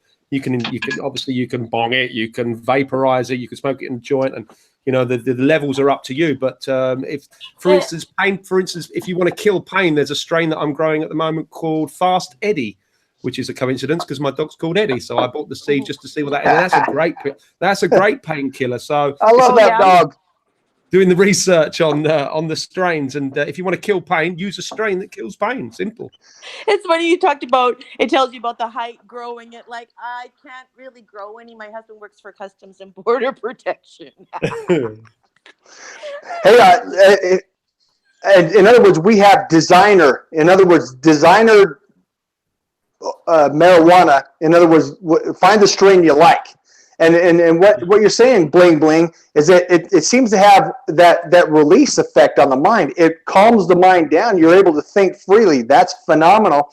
Yeah. And the Mormons here in Utah, a lot of people wouldn't know this, but the Mormons actually allow the medicinal use of marijuana, the CBD, because it has such phenomenal effects on the healing of the body. Sure. I think yes. Didn't that little girl move there? It was a big news story because in her state she couldn't access CBD oil for her seizures, and then she moved there and they made a special strain and they named it after her. I don't remember her name. But is that right? Yeah. The only states that allow it are Colorado, Washington, Oregon, Arizona. There's only a few states. I don't know if Utah allows it, but there are very few states that allow use of marijuana. And by the way, I am Mormon myself. I'd like to announce that I am Mormon myself, and therefore you've got a Mormon flat earther. And it's straight in the Bible, straight out of the Bible. The earth is flat, and I'm with you all in that respect. Absolutely. Well, that's great. That's great. There's a lot of us that have different religious backgrounds. You know, myself, I'm a Christian. I don't follow a official church doctrine. I follow Jesus Christ. But yeah, definitely. And well done.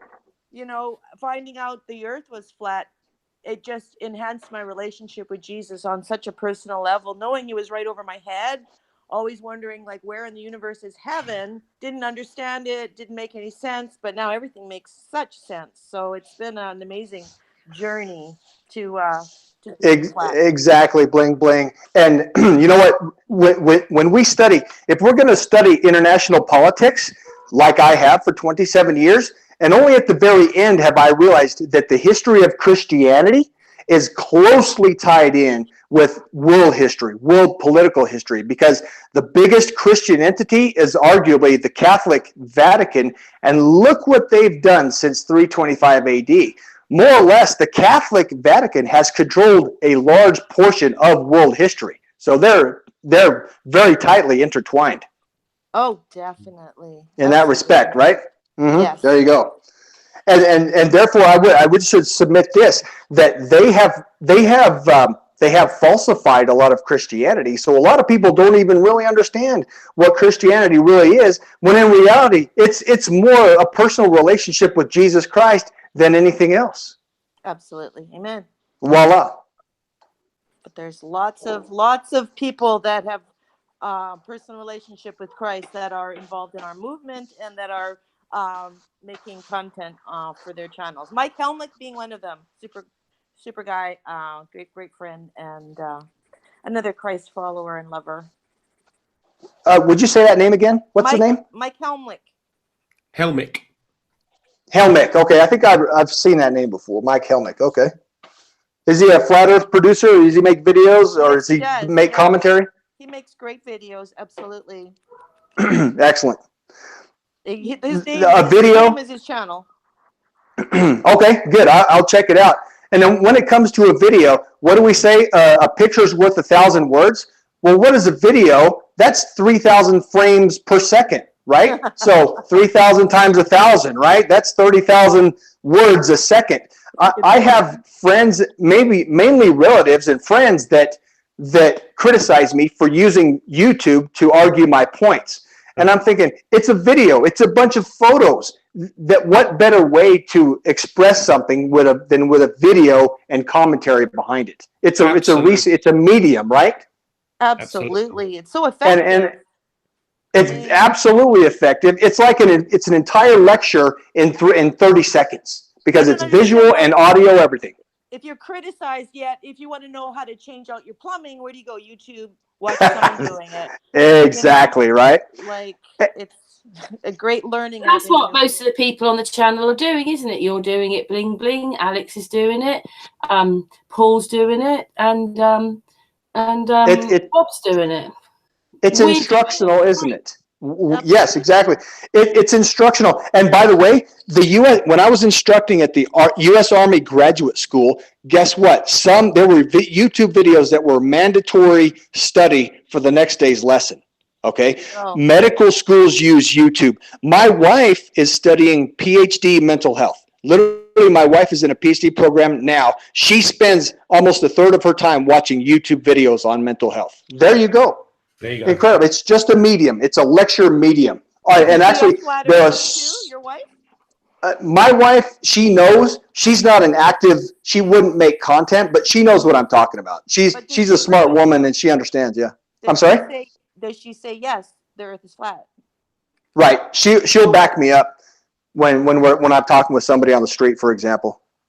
Great. Yes. With her being in mental health, that's good because you know how they're always saying we're crazy. So. Yeah. Oh, and by the way, speaking of mental health, my wife just finished an entire semester program that told her at the PhD level, no psychedelic drug, and I mean Prozac and Losoft or whatever those drugs are, and Wellbutrin, no mental drug has ever changed behavior. The only thing, and all the drugs do is create a dependency, and we all know that, right? Sure. In the mental health industry, in the mental health world, and I mean scientifically, statistically, no drug has ever changed behavior. The only thing that works to change a person's behavior is talk therapy. I'll say again, talk therapy. Isn't that what parents do to their children until they're grown, is talk therapy, right? You throw in a ball with your son, you're going fishing with your son, you're giving your daughter cooking lessons. That is talk therapy. That's the only thing that changes a person's behavior. Absolutely. And for a By lot, the way. especially for a lot of specific personality and mental disorders, there actually are no drugs. Like my son has borderline personality disorder, and yeah, cognitive behavior therapy is the only thing that's helpful. And behavior That's modification. exactly it. CBT, cognitive behavioral therapy, also disguised also discussed as talk therapy. CBT, talk therapy. There you go. Thank you. Yeah. Exactly. What drugs are doing is stunting it and stopping it, but they stop Yeah. taking any of those drugs. It's all there in their faces because they've not dealt with it. You have Yes, to deal thank with you. your stuff. And I actually lived with a woman. She was my wife for 13 years. She had all of those problems. And when she wanted to make things worse, she would just stop taking the drugs and she became a monster. I've lived with it. You've got to know who you are. You've got to deal with who you are as a person. Know yourself. Otherwise, Yes, you're ma'am. never going to believe anything if you don't in yourself or around you. Because if you don't know and someone says things to you, you'll still say, I don't know. So you've got to know who you are. That's what life is all about. And you're speaking, that's straight out of the Bible. The Bible tells us to learn the world that we live in and make our own decisions. Voila.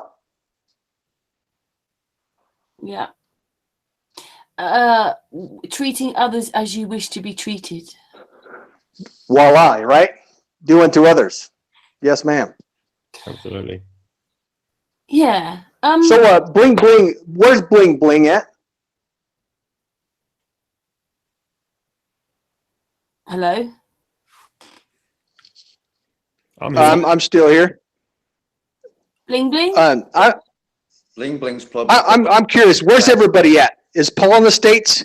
Alex is in Spain. I do know where she is, but I'm sorry, I'm so tired. I can't now. Now you've asked, I can't remember. Karen, you're in the UK. I'm in the UK. Austral Thief is in Denmark. Where's Paul on the plane? Hey, sorry, I was talking with myself on mute. I'm up here in the state of Washington. Okay, Washington. Okay. Where marijuana is legal. Yeah, there you go. What's the name of the town again? I live kind of outside the Seattle area, so I'm. On Seattle. Okay. Yeah. Larger Seattle. Yeah, it's just if you know Seattle, it's in and around that area. I visited there once in my life. Yep. I went up in the tower or whatever. The Space Needle. Yeah, the Space Needle. Imagine that. Space Force Needle now. You know, the Space Force, that's the most ridiculous thing. I have nothing, Space Force to me, it means space balls, right? Space Force, space balls. That's all I could think of. Yeah, when I watched the clip of Trump delivering that, I swear he was having trouble keeping a straight face a couple of times. He had to say that. Exactly. I think he was dying inside. How could he not have been, right? What a ridiculosity. It's a ridiculosity. Incredible. I find him extremely entertaining for the simple fact that when he comes up with something, or when he's announcing something, or a law is going into effect, he signed something into law. It always started with, 3 months ago I said it, and at the time I didn't really. I was just kind of joking, but you know what? It was a great idea. I have a lot of great ideas, so now it's law. I mean, it seems like every soundbite is him saying something to that effect. I find it hilarious. Are you guys talking about the Space Force? Sorry, I had a power outage. Hello, Bling Bling. Bling Bling, where do you live? I've forgotten. Just in this moment. West Palm Beach. Oh yeah, of course, yeah. Oh, West Palm Beach. You know Park Avenue Barbecue then? No, I've never heard of it. Where is it? You don't know Park Avenue? Let me tell you, in 1995, I was in West Palm Beach on a scuba trip from West Point. There were 15 of us cadets, and we're young guys. We're Army cadet officers. we went and we ate all-you-can-eat baby back ribs at West Palm Beach Barbecue for $7.99. For $8, we ate all-you-can-eat baby back ribs. Man, that was beautiful. I can still remember it, and they're still there. It's downtown on like Clematis Street, or do you remember where? It's right on the waterfront there. You know where the Coast Guard station is? There's a Coast Guard station. They're close to that. I'm not even sure where that is. Jeez, I don't go downtown. That my son would know. He practically lives downtown. Do I know West Palm Beach better than you? Maybe. Well, I mean, I know it must be around Clematis Street. Yeah. Yeah, I live in Loxahatchee, 20 miles west of West Palm. So I don't. Oh, west. You're inland then. I tend to go to other areas of. There you go. You know, to go to restaurants, but I'll definitely look it up. Oh yeah, they're charging more for the all you can eat barbecue ribs. I don't know if they even do it anymore, but they're still there. They have 2 different locations. But I will always remember that because it was such a phenomenal experience. Well, I will check it out. Yep. Yeah, I live in a horse community, so we're on acreages. Oh yeah, do you own horses yourself? Do you ride at least? Well, because of my spine problems, I haven't been riding, but I used to show on a national level. So really? I still have my mare. I have a beautiful paint mare. I'll never sell her. She's my dream horse. I worked up to have a horse at that level, but you know, I just can't ride right now. In fact, I'm having so many problems that I'm a little worried. I actually lost the ability to move my toes yesterday, so I don't know what happened. Oh, sorry to hear that.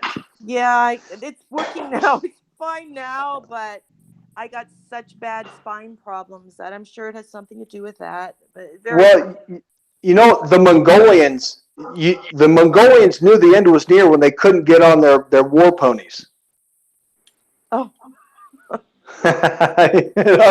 You know, I mean, that's this is an historical reference. By the way, my family, we're all cattle and horse people. In the 1950s and 60s, my great grandfather was known in 4 states around Missouri for his Belgian mules and carriage ponies.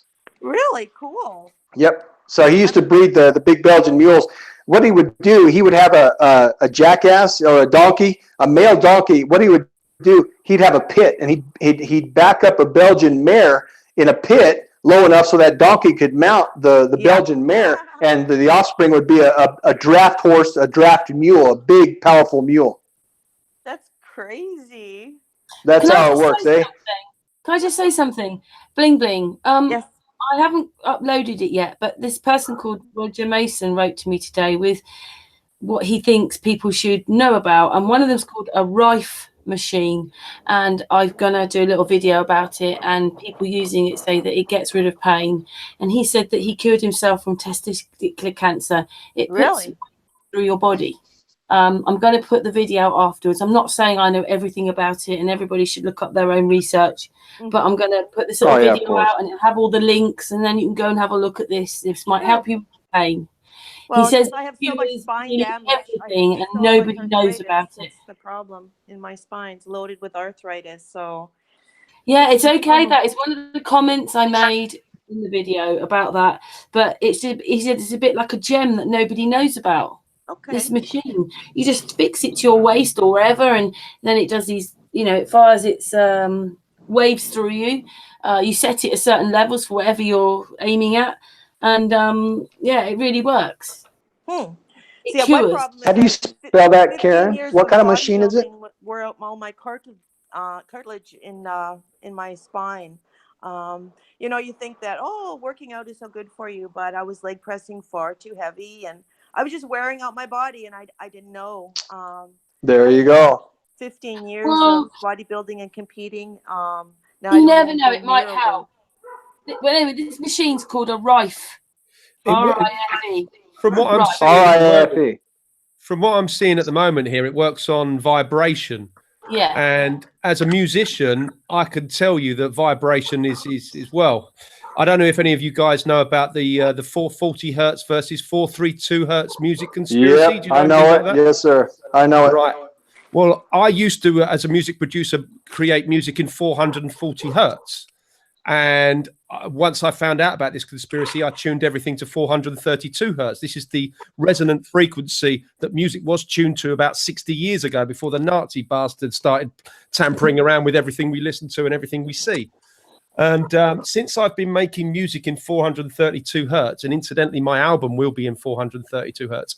Since I've been making music in the studio with 432 hertz, the music, it touches me on a level that it's never touched me before. I get goosebumps from playing the piano in that frequency and playing the guitar, and the resonance of it moves through you like I've never experienced music before.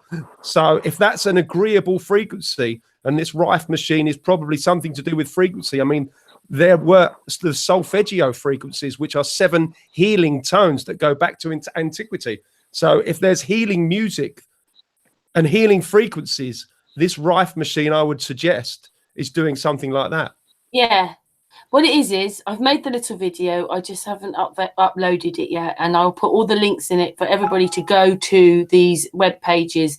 There's one about a machine which you can use to purify your water that not many people know about. And there's another one about this substance. I'm sorry, I'm really tired right now. I don't want to make a mistake about the names, and I'm not looking at it. But this crystally thing is really good for you, healing properties again. And he just does, I just don't understand how people don't know. And that, because obviously I rang him today and I had a chat with him, and he sent me the links back again, because it was a bit like, I've written to all these people and nobody's interested in what I'm saying.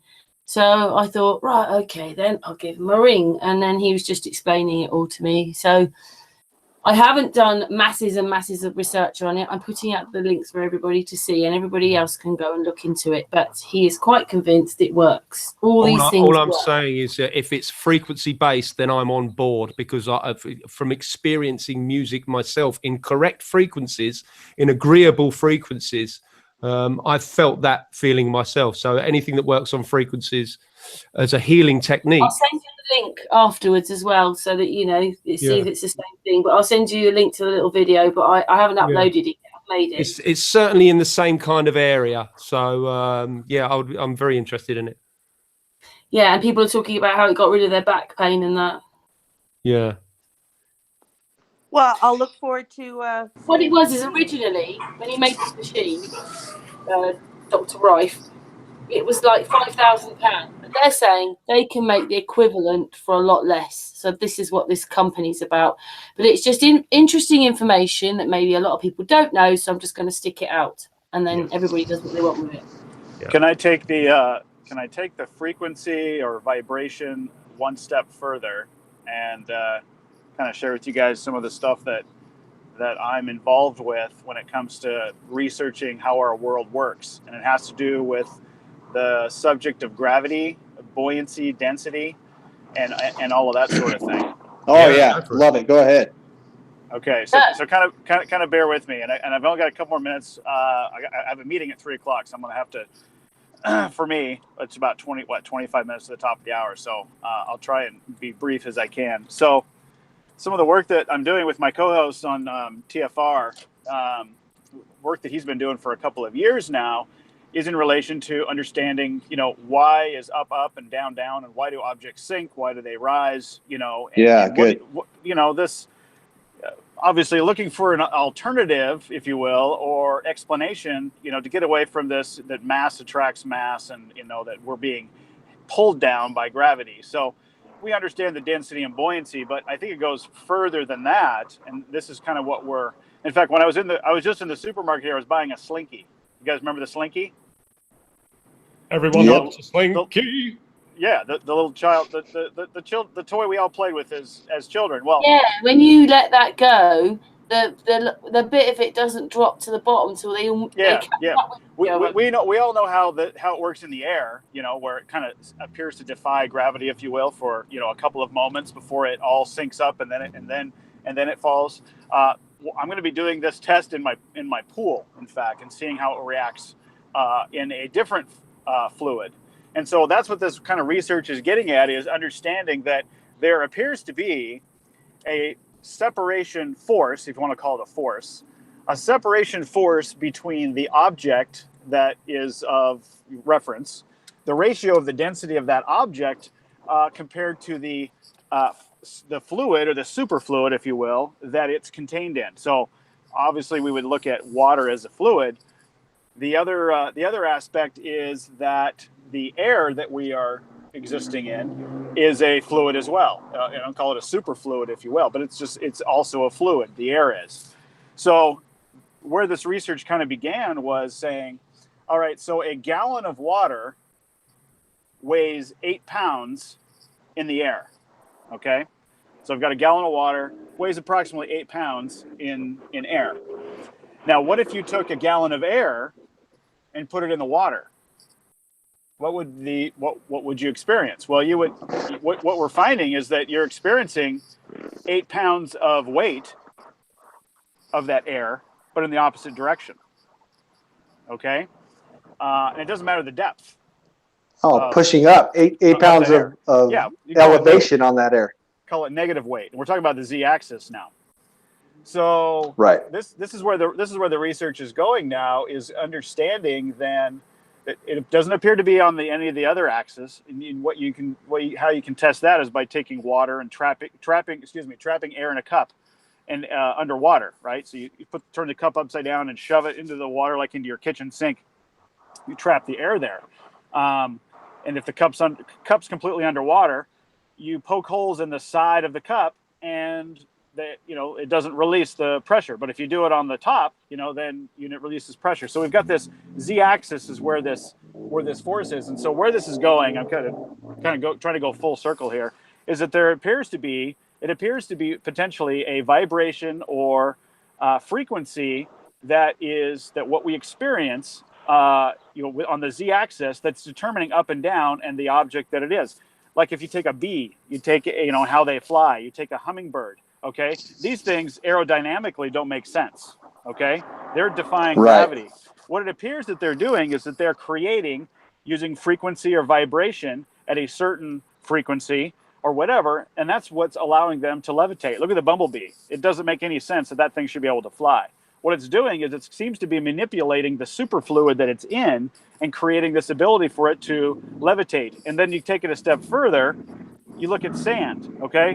My daughter has a sandbox, okay? So when you're standing on the sand, you're not able to go through it. I can stand in the sandbox, and my feet don't go all the way to the bottom. However, you take vibration or a frequency and you send it through the sand, what happens?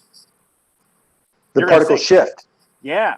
So what we're doing is we're starting to realize, I think, that it's not gravity, and it's beyond this buoyancy and density thing. It's that what appears to be pushing us down is buoyancy, and it's somewhat of a crystal effect. Frequency. Yeah. So it's a crystal organizational effect. It's all to do with blow your mind there. So in regards to that, you're saying it's something like sound levitation in a way, like manipulating frequencies of the air around? Yeah, I think if we could find, if we could get the research going, and we could find the right frequency to go through us or whatever, then we are going to be able to manipulate us in the superfluid, the air that we're in, and change our buoyancy or density. Is this a bit like the John Hutchinson thing, sort of thing? Ah, yeah. I don't know. I'm not sure what that is. Yeah, he was manipulating objects, wasn't he, with certain frequency. He bought a load of military-grade frequency equipment and started firing all these different frequencies at lumps of wood and lumps of steel, and they would put a lump of wood on top of a lump of steel, and it would fuse together using these kind of frequencies. It kind of like the Philadelphia experiment. And everything. I think everything is. I think the way that our world works, and the more research we do here, I think the more we're going to understand it. Is that everything is frequency, vibration. That's what determines the order of our universe. You want to call it that, or the realm. Why does the helium balloon go up? Why does the brick fall? It's not gravity. It's basically there's a separation force between the object and the superfluid it's in. And then when you have two superfluids, you got water and air, you've really got something you can test, and that's what we're doing. Your example of the sand restructuring itself, about molecular structure, that's all it is. Perfect example. Yeah. Our density, basically you're changing the object itself, and that's going to change the properties and how it reacts in the superfluid. We're all in a superfluid. We're all in air. We're all in air. That's why the microphone falls.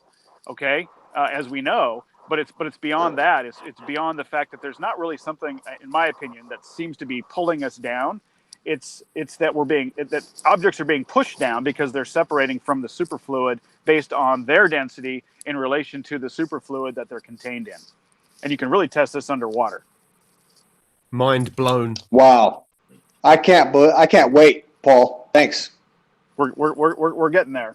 So yeah, Noxygen, my co-host, he's been doing this. He's been doing work for 2 years. We're getting a video together. I'm helping him with some of the experiments. I got my Slinky here. I'm going to go home tonight and I'm going to take my underwater camera and I'm going in the pool and I'm going to be doing the same tests that we do in the air and seeing how the Slinky reacts underwater, because we're finding that the superfluid is going to be changing how it all works. I was going to say that there's a great video that man can watch on YouTube that shows, objects being manipulated by frequency. And if you watch, an opera singer and you look at that in slow motion when the glass is about to shatter, before it shatters, it almost looks like it's made of rubber. It's yes. Yeah. And then eventually it can't stand it anymore. I don't do it justice when I describe the work that's being done. I'm somewhat new to it. I'm getting involved in helping him do this, but we're gonna try and get all this into some presentations. We got to throw it out there. I think I think as a movement, we need to just stop getting away from just kind of like density and buoyancy. There's obviously something that's ordering it, right? And I think this is where we need to go, because this research is indicating that.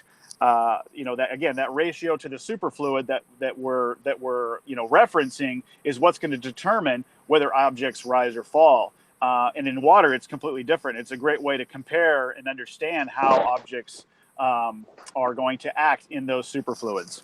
And and I think there's vibration and and frequency that is basically determining that order up and down. Very exciting. So it's not a spinning ball, and we're not being held because the Earth is so massive and has an iron core, in my opinion. That's incredible. That defies the whole idea of the force, the centrifugal force, on its face right there. It's incredible. I think we're potentially being pushed down because we live in this superfluid. I think we're being pushed down. I don't think we're not being pulled down. We're not being pulled down. The microphone is not being pulled down by gravity. It's being pushed down because of its ratio of its density to the superfluid it's contained in. And because we can go there. The balance of the structure of objects in nature. It's pushed down from the balance. That's where it belongs in nature. In other words. Yep. And I think if we manipulate and find frequency and vibration and how all that works, going back to kind of the bumblebee, the hummingbird and the sand example, we can manipulate, so to speak, in a good way to our benefit, how things work in the superfluid that we live. Voila. That has huge potential. That you are redescribing flight right there, which is phenomenal. Yeah. And can all be done from here, not space. No space force needed. No space force needed. No space force, no space. No space. Thanks for Karen. Thanks for having me on. I need to run. It's the middle of my work day. I was able to squeeze this in between meetings, so I really appreciate you being flexible with my schedule. So thanks to everybody on the panel. I really enjoyed listening. I'll be definitely catching the replay to listen to the rest of the show. But it was good to meet you, Rob, and Alex. I can't wait to meet you in November as well. Likewise, man. Likewise. And speak to you soon. I'll be in touch. Stay flat, everybody. Nice talking, Paul. Have a good one. Stay flat, man. Stay flat. Stay flat. Thank you, Paul. Also something. Don't believe in gravity. Yeah. Don't believe in fantasy. They never talk about the rotation of the Earth in any of the plane flights, do they? Like, if I had to go from here to Bling Bling, I'd have to speed up somewhat in a plane flight because we'd be spinning faster going to her. They never talk about any of these things. We've been so stupid. What about the amount of satellites that fall down on Earth? You know, it's incredible, isn't it? I mean, how many happened in America last year, and how many happened in the UK, and how many happened? You know, I mean, come on, what's going on? Yeah, you mean all these balloons with computer decks on them? Those ones, really. Saturn. Yeah. Right. And when it comes down to it, is everybody, and Karen, I mentioned this with you, the idea of a flying saucer, that was a real aircraft that the Germans developed between 1933 and 1945 when the bankers destroyed them. It's called the Haunebu, Haunebu. If you look it up on any internet search, it'll show you photos of it. They built 4 of them. It was a circular wing aircraft. And after, notice, there was no even concept or idea of aliens and flying saucers until they captured the German circular wing aircraft and they hid it away and they invented the alien flying saucer from it. And then from that, we've got satellites and everything else. It all came from that technology right there. Yeah, well, there's just 1,000,001 lies, isn't there? Exactly. And you know what? Our quest, and I assume everybody else is on this quest as well, to unravel each and every one of the lies, because we are surrounded by lies, no different than the movie called The Matrix. That really wasn't a movie, it was a documentary. We are surrounded by lies of the Matrix. Yeah, I'm beginning to think that it's very like that film we live in. Yes. Voila. A little bit different to what you think in the old globe world, but none of that added up to me. Because you know when they said these things were like light years away, and then they said we're in these galaxies, and then they said, you know, that we're basically in some cone-shaped thing, and I was thinking, yeah, but what's round that? And no one could ever answer that one. But we're sort of in the same place in another way because we still can't answer anything. Yes, and the reason for that, Karen, is they have hijacked our very educational system. And because most people don't know how to think outside of what they learn in school, in the schools, they have hijacked our very thought process. So when they tell us something, even the very mode of analyzing what they tell us, it comes from them. So they have hijacked our thought process from birth, more or less. Yeah, and we just didn't realize it, but we do now. Exactly, yes. Oh, and by the way, I looked it up. I found out when the Anglican Church with Henry VIII, I think that was 1630 or 1530, something like that. Might have been 1530 is when he took over the Anglican Church and they took over the science of the UK. That was in the year 1530. That's what they told us, but we just don't know if any of it's right anymore, do we? Not even history. You said it right there, Karen. And what they're doing now, and we shouldn't believe it. Today we shouldn't believe it unless we do our own research. But today they're changing the past. And then in 50, 60 years' time, people don't remember. They just don't. Yeah, exactly. You're all, and that's why flat Earth is so important. As soon as we do any level of research, we see the truth of it, and it's obvious in front of us. It's incredible. Something in your microphone moved, and it's brilliant because you were like, I don't know, it comes across like it's just a little bit tad on like shouting, although you're not shouting. It's some you touch something on your microphone, and you're perfect now. I think it's just he's a little bit close to the microphone. If he backs off a little bit, there's less distortion. Yeah. Sorry about that. I just need to tone it down. I get excited, don't I? We're all guilty of that, man. And the reason is I'm with a bunch of people who understand what I'm saying, so it's exciting because I'm surrounded by people who have no idea. They can't even analyze their own thoughts almost. Yeah, I did think for a little bit when Paul was talking, like, oh, I thought this must be music to Bling Bling's ears because that's how she talks anything about the ISS and space. And there was Paul talking like that. Yeah, so sometimes, yeah, exactly. Yeah. And by the way, I'm gonna off tune. I got an important call coming in, so I'm gonna mute. I'm gonna take the call, but I'm still on. I'm still listening. Okay, thank you. Yep. Alex, then.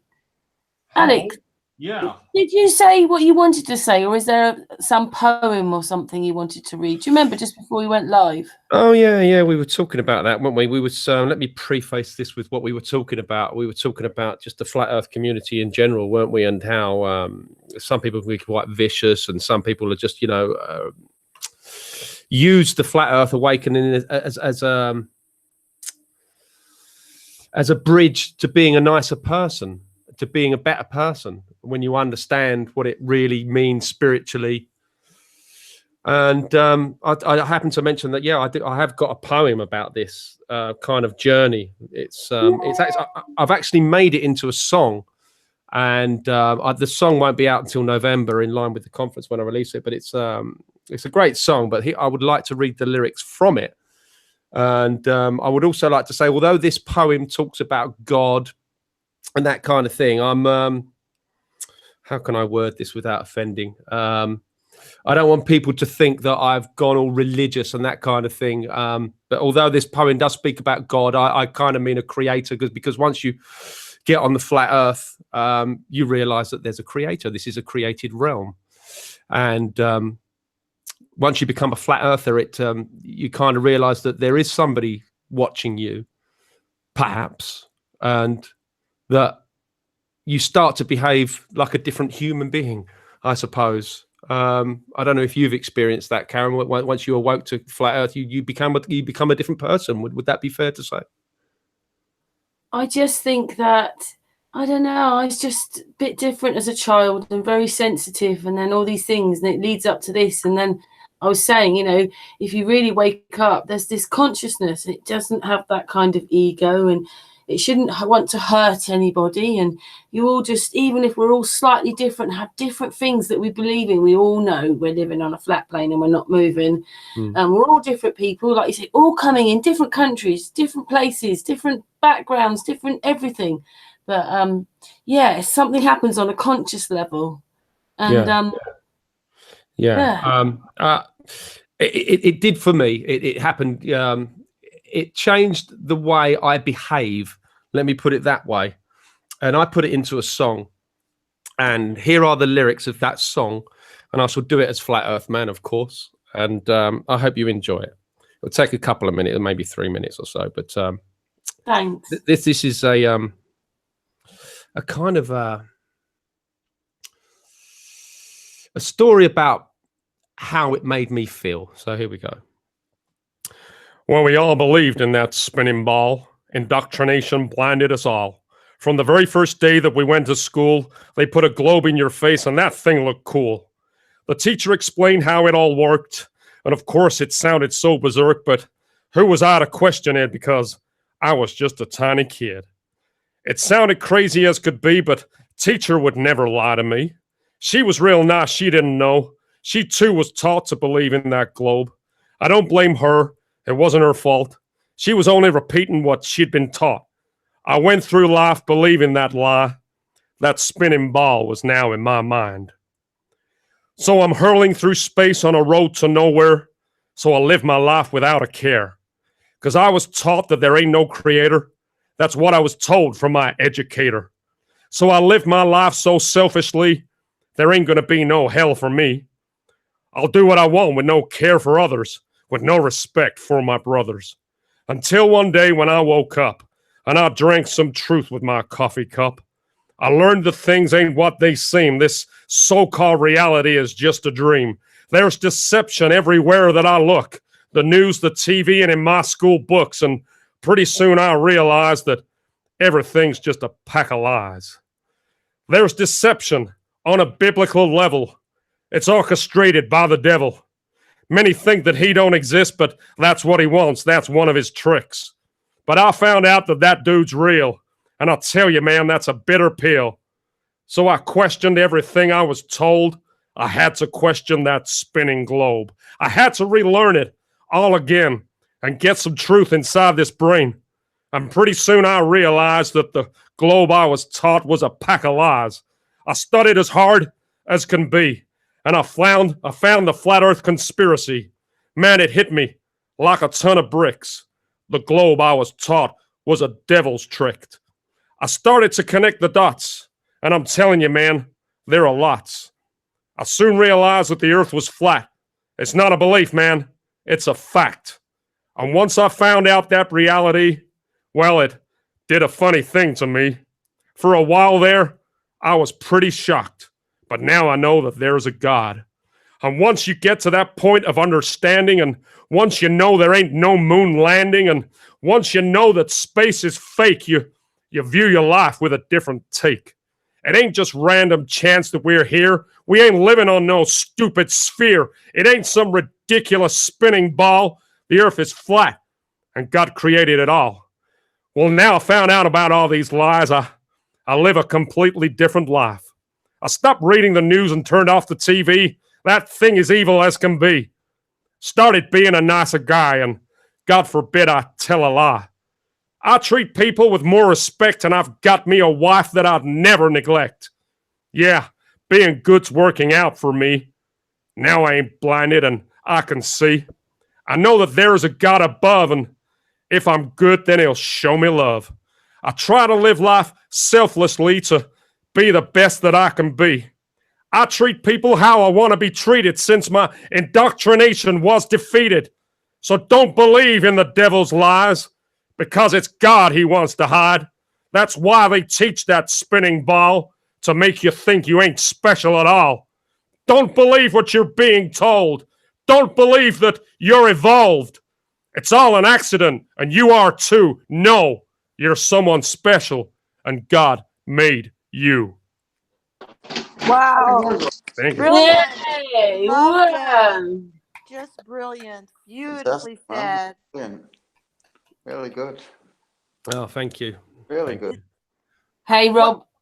What Rob's back. what speed are you singing that song at? What speed will I be singing it at? Yeah, is it like a slower song? It's kind of Yeah, it's kind of like.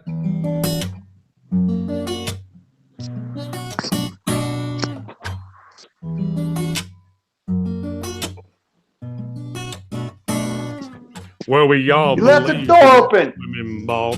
Indoctrination blinded us all from the very first day that we went to school. They put a globe in your face and that thing looked cool. It's kind of like that, you know? I love it. Beautiful. Be perfect. Yay! So Thank you I very much. wanted you to carry on, Alex. yeah, I know, right? He's saving it for the conference. Yeah. But I think it's a nice story to tell, you know, how flat Earth can change you as a person. Like I say in the song, you know, you saw I'm hurling through space on a road to nowhere. I live my life without a care. You know, and you do. You think you're unimportant. You're not special. You're just a speck of dust in an infinite universe. But once you realize the Earth is flat and there's a creator, it changes you. You know. Absolutely.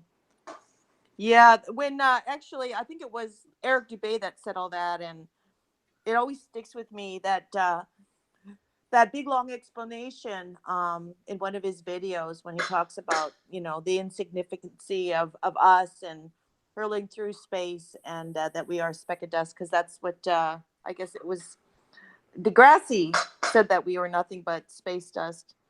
So I love that. Listening to Eric Dubay's almost a rant about it. It's such a great epic thing that he said. You're absolutely right, Bling Bling, and that is their entire motive is to remove the substance of mankind, to make us think and act, and therefore act like we're nothing. That's their whole point. Yes, and that's the whole point of space and evolution and monkeys and the Big Bang, is to reduce the human to nothing. Yes, you're right. Absolutely. And actually, I realized that I thought I was on mute there, Alex. I stepped in on your singing there. Sorry about that. I want to apologize. Yeah, my buddy walked in. He left the door open. Sounds like my house. Sorry. Yep. Alex, I don't want to put you on the spot here, but if you had any of your songs that you'd like to share with us, any of the other ones, what would it be? Would you play it? Because I know it's getting a bit late and you've also done a few and a long poem. Oh, well, I One tell you, more. I'll One do- more. One Your more. favourite one. More. Yeah, more. Never enough. well, we were talking about gravity earlier, wasn't we? So it's only apt, isn't it, that I play the song I made about gravity? I guess. Have we got to find the chord? I got to agree. That's my favorite. Oh man, you like that? It's one of mine as well. People ask me to pick my favorite song, but I can't. It's like asking me to pick my favorite child if I had children. But it's like asking me to pick my favorite dog. I've got 2 dogs, no kids. And the songs are my babies. You know, it's very difficult to pick my favorite one. But I do have a soft spot for gravity. Don't believe in gravity. And let's try and remember the words. Here we go.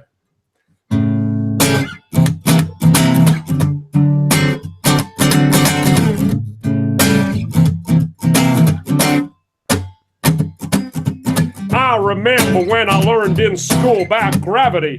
It was so cool.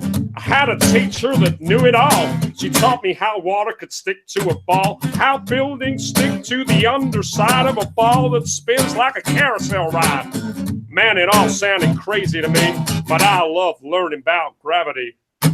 I couldn't wait to tell my dad about the amazing day that I had. He picked me up, I was bursting with pride. He opened up the door and I jumped inside. He smiled at me and said, "How was your day?" I said, "Dad, I was blown away. I learned about this magical thing, but it's kind of got my head in the spin.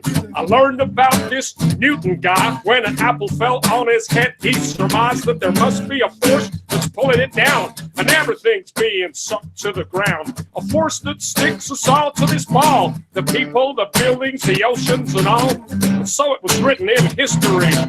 Newton had discovered gravity. Well, he just looked at me and said, "Don't believe in gravity. Don't believe in fantasy. Don't believe, 'cause a theory's all it is. It's never been proven, but they teach it to the kids."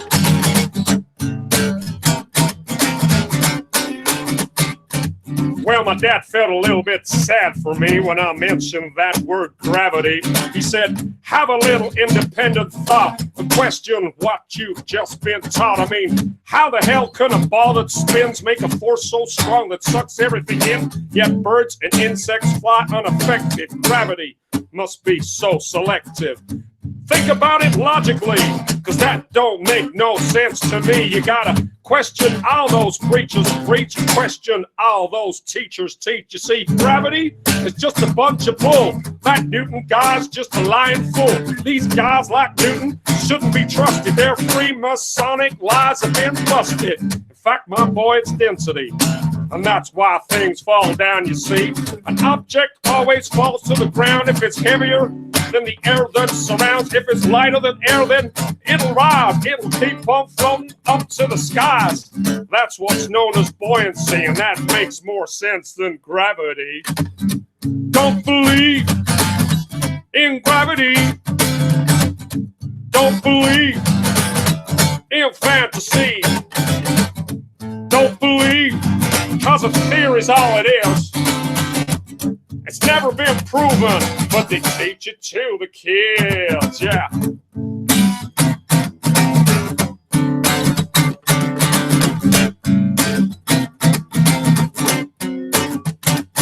He said, "I'm sorry, son, for bursting your bubble, but that kind of thinking can get you in trouble. These theories they try to put in your head, it's all just pseudoscience," he said. "They'll have you believing in all kinds of crap. That gravity nonsense belongs in the trash. Believe me when I say to you, there ain't no gravity, and that's the truth, yeah." Well, my daddy made me think that day. He made me think in a different way. I did some thinking for myself. I put that theory back on the shelf. That gravity crap is indoctrination, not truthful, trusted information. People need to wake up and see there ain't no such thing as gravity, yeah. Don't believe in gravity. Don't believe in fantasy. is all it is. It's never been proven, but they teach it to the kids. Woo, woo, woo. Don't believe in gravity, Woo, people. excellent. Thank you. Yay. Thank you, Alex. Brilliant. Thank you. I think you quite enjoyed that one, didn't you? I did. Sounds like you're thrashing your guitar that hard that you're almost going to break the strings. But are they very loose or what? Is it coming through a bit distorted? Is it, or I'm I just? think it's probably maybe it was just a tiny weeny, but I knew that Alex enjoyed playing that. Yeah, it sounds fine. It was perfect. Yes, Alex, I love it. Coming from the physics background, the engineer type background that I come from, your knowledge is in there. It just completely mocks the entire established community. I love it. Can't get enough of it. Oh, thanks, man. It's nice to tell a story as well. When you're putting something like that into a song and you want people to sort of resonate with the chorus, don't believe in gravity. And that's how Quite catchy, you know, isn't it? the song was written around that hook, but I had to try and get it into a story. So I thought, well, how about the kid that goes to school and he learns about gravity, then he goes to his dad and says, Dad, I learned about this Newton guy. When an apple fell on his head, he surmised. And then he just says, looks at him and says, son, don't believe in gravity, man. And it just makes a really nice story as well as making a point. Yeah, it's a real sing along. I know all the words to that, and I was singing while you were singing. Muted, of course. Yeah, have you got all the words up so people can sing along? Oh yeah, I've heard that. I've listened to that song so many times. I think that is my favorite one too. It's just so catchy. Yeah, they're all pretty catchy. How they stick in your brain. It's my version of mind control. Yes, exactly. Coming from the engineering background that I do, and I mean, I've studied at least 3 advanced physics courses. It's a complete mockery of the established community, and to step out of it and realize that it's all a fallacy. It's simply incredible, and the mockery is pristine. I love it. Thanks, man. There's more to come. I'm working on more videos and more mockery. And I really can't wait to release them. I've got a hell of a body of work in front of me, but when it's all done and the videos are released and the conference and the album's released, it's going to be a hell of a body of work, something I can really stand back and be proud of. And also, you know, like you say, the mockery is, you know, you've got to make light of this subject. You've got to inject a bit of humor. And I love that I could do that and people resonate with it. Here's a little bit more about my experience. I was an embassy officer, U.S. Army, and I mean, I was at the senior level position and moving forward into another 10-year career as an embassy officer, and then Benghazi happened right under my nose. Literally, my wife and I arrived at Kampala, Uganda, the month after Benghazi, and as you know, Kampala, Uganda is just 1,000 miles south of Benghazi in Libya, Central Africa. And then when I realized that nobody cared, they acted like it didn't even happen. I was working for Department of State at the time as an Army officer. When I realized that they were all lying to me, I realized then that was the time to step away. I was not going to do it anymore. And so now it was only after that I learned about Flat Earth. And now from my perspective, I want to poke holes in all of it. And your music does exactly that. That's where the mockery feels so good, because I can poke holes and show them that, look, I resigned for a reason, and here's part of it. Here's the reason why. Oh, that's great. That's great that people are sharing that on that level, you know, because like you say, a picture speaks 1,000 words, and a video can do so much more than that. And if you can just put in just a few seconds of pointing out the mockery, well, it wakes a lot of people up. And that's the beautiful thing about music. Music resonates on a level that, you know, just text and speaking can't for some reason, you know. And I've had exactly a couple of weeks ago, it's a different medium of communication. You're exactly right. Yeah. Karen asked me the question a couple of weeks ago, you know, have you had any messages from people that have said, you know, your music helped wake me up, you know, point blank like that? And I said, well, no, I haven't just yet.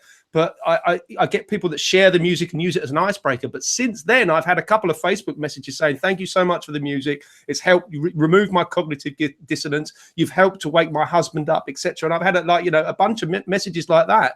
And that is awesome that I can be involved in something like that. Yeah, and they're all singing as well. There you go. It's a beautiful thing, music. You know, if you do it right, if you put information in, you know, it's infotainment in a way, you know. Yeah, and we thank you for that. No, it's a pleasure. Can I just ask, I mean, Rob, do you face any hardship because you're an ex-military person talking about this stuff?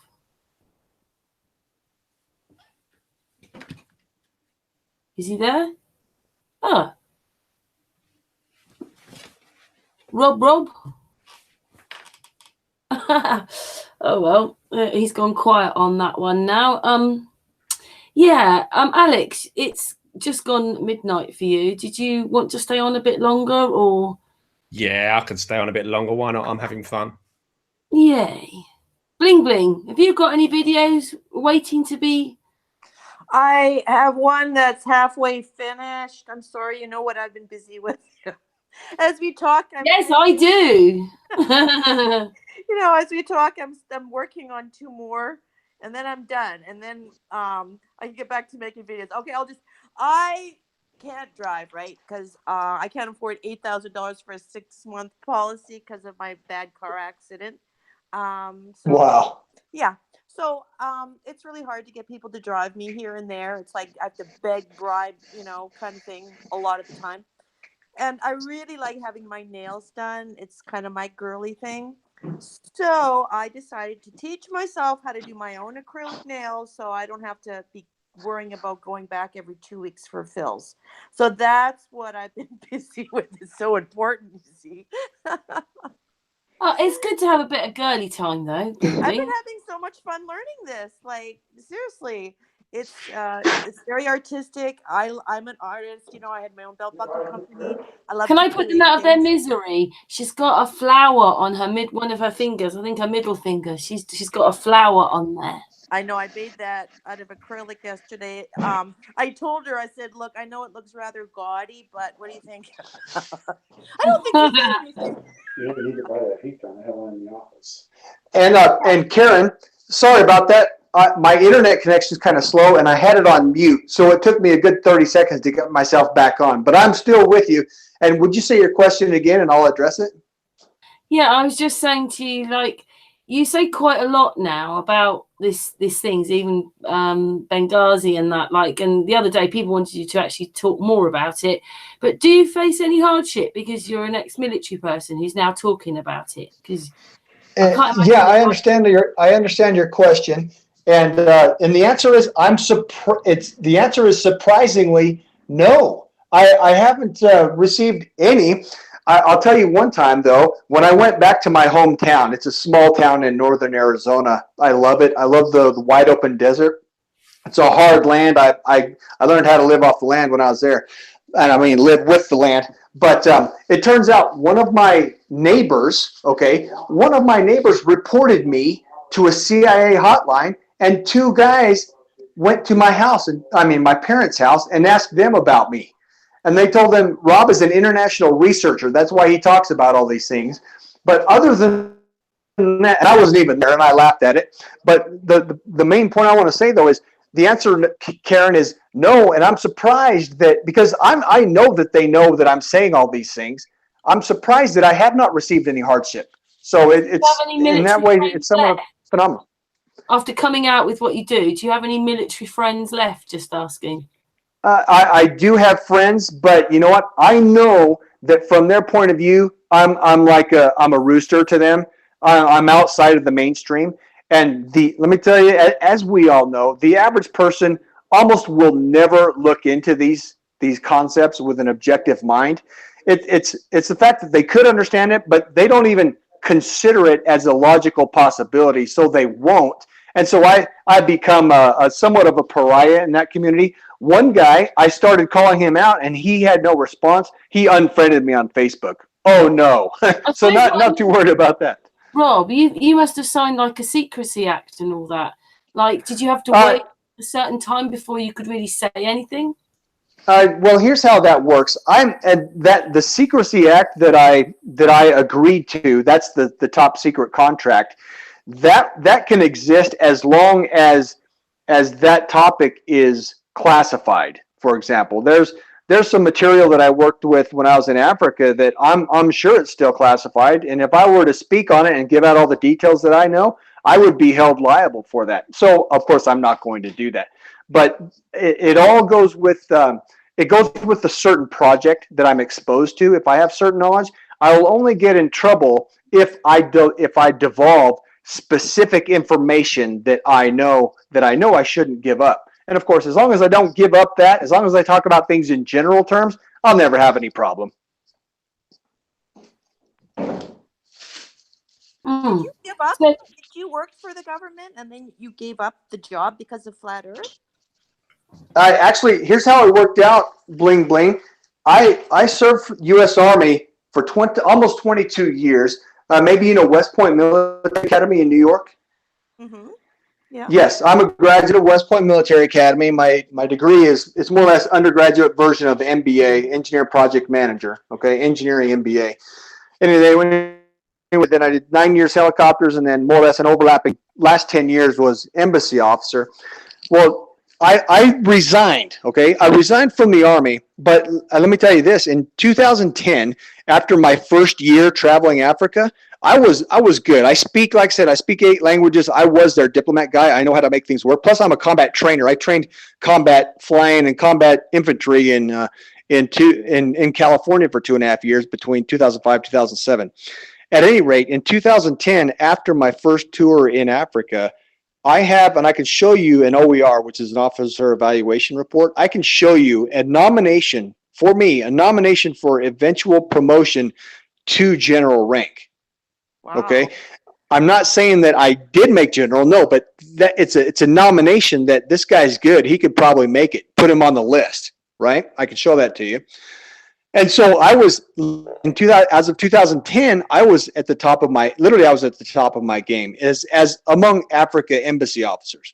But then I came back to the United States to Kansas, K-State Graduate School, Political Science, and then I served a tour in Afghanistan. I learned even more about the deceit that's going on in the war zone in Afghanistan. It looked almost identical with what I knew about Vietnam. Okay, you see what I'm saying? I learned even more when I was in Afghanistan, and then when I got in my transition from Afghanistan to Kampala, Uganda, right there was 2012. That's when Benghazi happened. And let me tell you, Benghazi was huge. It's bigger than Iran-Contra. It's 1,000 times bigger than Iran-Contra. Okay, there's a lot that nobody will ever know, but guess what? I know all the details because of my military experience, and I know how to research. I know how to people to ask. I know exactly what happened at Benghazi, and because of that, I was an embassy officer. I knew too much. I wouldn't take it anymore. Bling bling. You see what I mean? How many years do you have in? 22 total, and actually, I was able to retire. And with full pension and everything, Sure. at the 17-year, 8 months mark. So I was it's an early retirement, but I'm under full retirement from the Army. So that's okay. That's pretty good. Well, that's lucky that they let you get your full retirement in at 17 years. You're right. That's very fortunate. But I'll say this: I walked away. Because of Benghazi, I stepped away, not knowing that I had that pension there. So I kind of meet both requirements. I stepped away without the pension, but then it became that I do have the pension, so that's even better, right? Sure. My husband recently retired from the military as well. He put in over 30 years active duty, and he was also in the Air Guard. Nice. Good for him. Was it 20? Let's see, we're in 2015. I couldn't believe the beautiful ceremony that they gave him for his retirement, and I was so embarrassed because they even honored me as a military wife, and I wasn't wearing the right dress, you know. Oh, really? Yeah, I didn't want to stand up and have that attention, So when you were talking about that you were with the embassy, I found that interesting because we were under the State Department umbrella when we were living in the Bahamas. Okay. Had a ton of interaction with the embassy in the Bahamas, and it's quite a family when you're involved with an embassy, you know, because you're all you're right. like expats living in a foreign country. Yeah. have each other, and it's kind of a Small community. Yep, you're right. Sure. So what does an embassy officer actually do? I've never heard of it before. Never heard of this term. Yeah, okay. I'll give you a brief description. Your husband would know it as FAO, F-A-O, Foreign Area Officer. Mm-hmm. That's what we call it in the military. Out here in the civilian world, what they don't know military acronyms, so I tell them it's embassy officer. Everything's an acronym in the military. Yeah, exactly. My work, there's an intelligence side, which is classified side, and then there's overt cooperation side. I was mainly on the, I could have worked both, but the work that I did while I was there was cooperation and foreign military sales.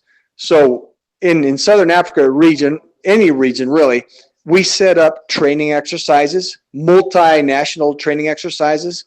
So U.S. Air Force would come in, they would talk about airload training or mainly airload training. Sometimes they'll do aircraft maintenance techniques, that kind of a thing.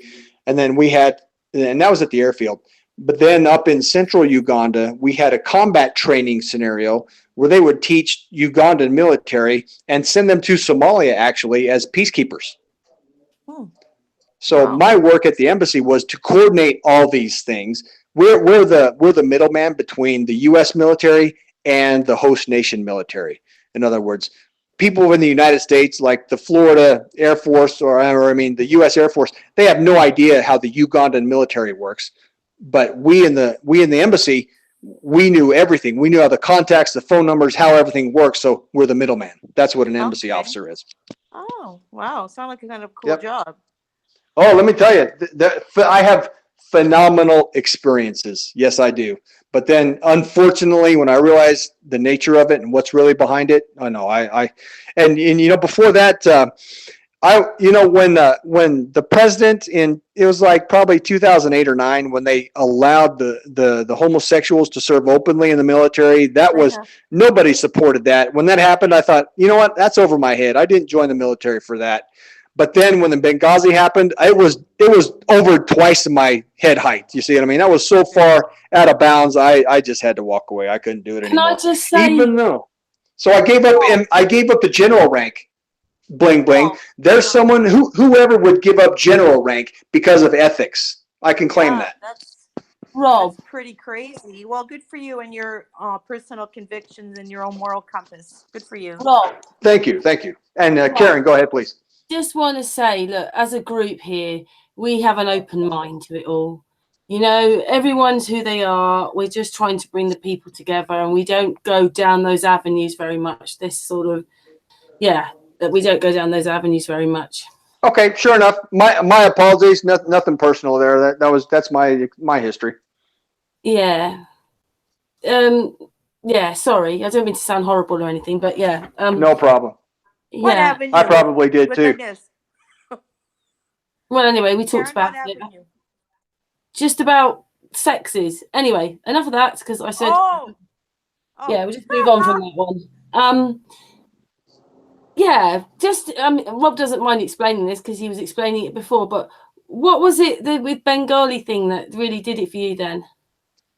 Oh yeah, Benghazi. Here's what happened. Sorry.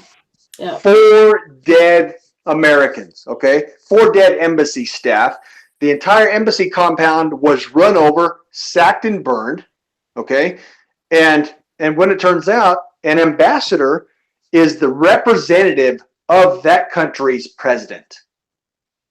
Literally, the ambassador controls everything of that country. The ambassador controls everything from his country within that host country. For example, an ambassador, for example, is not a senator rank. He's not cabinet rank. He is president rank in the government rank structure. Okay. So when Hillary Clinton throws up her hands and says, "What does it matter anyway?" Yeah. Well, excuse me, that was a U.S. president equivalent in Benghazi. Okay, and here's another thing: how many of the generals in the Pentagon said one word about it? Okay, and let me say again, how many of the perfumed, pampered fairy prince generals at the Pentagon said one word about Benghazi. Aren't they supposed to defend us and our people overseas? Yeah, it was And really so- horrible what happened. And Exactly. Okay. Now, I know all the ugly details. Probably not a good idea to share them in this forum right now because I know they're listening to us. But like I said, Benghazi, it was a scandal. Okay. Benghazi was 1,000 times bigger, if not bigger than that, bigger than Iran-Contra. We all remember the Iran-Contra arms scandal in the 80s. Okay. mhm. Benghazi was 1,000 times bigger than that. That's why they shrink wrapped it around Hillary. But guess what? All government agencies were involved in that. Okay. And by the way, here's another part of my background. Oliver North. Okay. Remember Oliver North in the Iran-Contra scandal? Sure. He was an embassy officer. He was on the intelligence side of the embassy officer. Okay. So I was doing the similar work as with Oliver North did in the Iran-Contra scandal. That's the kind of work I did as an embassy officer. So when Benghazi happened, I knew exactly what happened there. And in my mind, I could no longer support this regime. Then, I mean, the U.S. military, as currently constituted, I do not want to work for that kind of a regime. And Benghazi, what happened? A dead ambassador and 3 other guys, an embassy sacked and burned, and they acted like it didn't happen. To use the expression, they threw it under the bus. Now, this army of one used my volunteer option to go back home. There we go. Well, I was smart. Yes, ma'am. Thank you. Thanks for recognizing that. Did they not have the Marines protecting that embassy? I always wondered that. Like, in the Well, Bahamas? here's the answer. Okay. The Marines, they're not necessarily there to protect the embassy. They're there to protect the secret information within the embassy. Jeez. Oh. Okay, got it. They're not there to protect the people even. They're protect the secret information. Wow, I never thought of it like that. Most people have no idea. Yep, the people are on their own. When we were in the For example- Bahamas, we used to go to the Marine House all the time for the parties, and the ambassador used to like pay for, so we'd have like 10-cent beer nights on Friday nights, and it was a lot of fun. I got to know the Marines. They were such great people. I can't imagine that they wouldn't have protected us had something have happened. I mean, it's only the Bahamas. Isn't that an eye-opener when you realize that? Yeah. It's sad. I just feel sorry for anybody that goes into any military thing, really thinking that they're going in for their country and all that, and really they've got no idea what it's all about. Exactly. They have no idea what's really going on under their nose. And they have no idea that they're supporting, these less than quality deeds going on around the world. Horrible. Yeah. Yeah, and when it comes down to it, just to finalize this, yes, those Marine guys, they're nice and having a good time. I've met some real chumps though. When I was in Kampala, I met some really low quality Marines, and they gave me a hard time. Yeah, it was incredible. When I was in Maputo, Mozambique for an entire year, I had a great relationship with the Marines. They let me go in there and use their gym. Gave me the password. I mean the number code to get in there. Beautiful. I had a great relationship. So I thought when I got to Kampala, I'd have a similar relationship. Guess what? It was the opposite. They acted like I was a foreigner, even though I'm an Army guy. They acted like I was this overbearing, mean, maniacal Army officer, and it became a really bad situation because I thought I had cooperation, and they were stabbing me in the back more or less. Huh. Well, I guess Yeah. we were in the Bahamas. It was like beach parties and a lot of fun. You know, it wasn't this ugly, nasty place. It was a beautiful place, and it was a great gig for any Marine to get posted in the Bahamas to protect. I'm sure. I'm sure. You were probably there a year then. You were there a year? How long were you there? No, 3 years? we were there 4 years. Actually, my husband had put in for a TDY to the UK, but he didn't get it. But now he's put back in to go back to the Bahamas. So 4 years. Wow. What was his position there? What was he doing? Well, my husband works for Homeland Security, and at that time it was called the U.S. Immigration. It's the pre-clearance that they have at the different ports across the world. And so he'd be going back to his old job if we go back to the Bahamas. But my husband works in the container for the set team now for customs. Inspection, So container inspection. Yeah, there's a lot of that. Exactly. But back Yep, then, I know. he was doing the border. He was Maputo. doing border inspection. Then at the airport, he was doing airport inspection in the Bahamas. For Maputo is a port city, so I was aware of that in Maputo. There's a lot of that going on, and that's a big deal. That is a big deal. Container inspections, because they can put whatever they want in there. Oh yeah, and they do. Sure, that's pretty cool. Yeah, but he's not a flat earther. He's not a conspiracy guy. He believes everything that his employer tells him.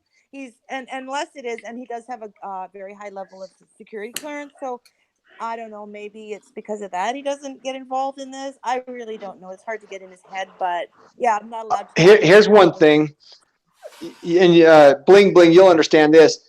I have a buddy who works for the Air National Guard. He's a C-130 pilot. Mm-hmm. And he flies to the quote South Pole mission once a month. Huh. And naturally, he on a pilot side, I met him in South Africa. He was an exchange officer down there in 2009. That's how we met. Anyway, we became quick friends politically too, by the way, and analysis wise. Anyway, I naturally went to him and started talking about flat Earth, especially flying and South Pole Antarctica mission.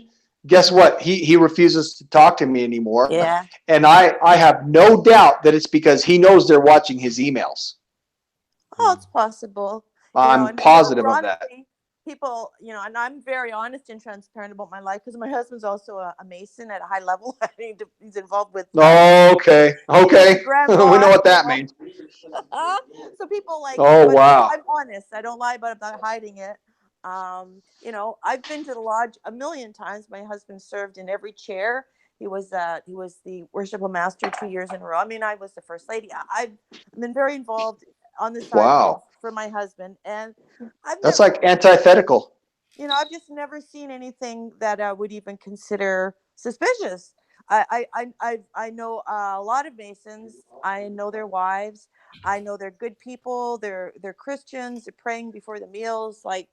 At the Blue Lodge level, I've never seen anything that I could ever be like scratching my head over. The only weird thing that ever happened at the lodge, and it's really weird because it's like no one seems to remember, and it's just like this Twilight Zone thing. There used to be an autographed photograph of Buzz Aldrin, because he is a Mason, of course, on the wall just before we go into the kitchen, of this autograph photo. And I used to always kind of look at it. Sometimes I talk flat earth with some of the Masons, and a couple of them are flat earthers. And then one day I went back to the lodge and it was gone, and no one even remembers the photo being on the wall. Mysteriously. Yeah. It's like, no, my husband doesn't remember it being there, but it was there. He was wearing his freaking spacesuit and he signed it. Remember the last time Buzz Aldrin showed up in a photo shoot when Trump made the announcement to go back to the moon or something like about space, and there was Buzz Aldrin with screwing up his face and acting like, what is this? Are you kidding me? Remember that? That's probably why. Maybe he's just old now. I don't know. It's just so funny. Watching his expressions was hilarious. That was hilarious. We all know why he did that too. He was kind of sighing, like taking in deep breaths and kind of like rolling his eyes around, fidgeting. Like he was kidding. Drunk, man. He was clearly drunk in that clip. That's true, right? He doesn't live too far away from us. One day I used to think I should get some good bourbon and go. I know where his address is. Show up at his condo and offer him some drinks, and then get the truth. I know a drunk face when I see one. Yeah, there you go. Or he's been smoking. Satellite.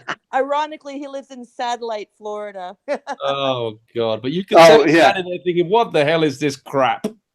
Yeah. Exactly. That's exactly what it was. Yes, sir. Hey, and everybody, this is Rob. I need to take off. I've got a business meeting going on.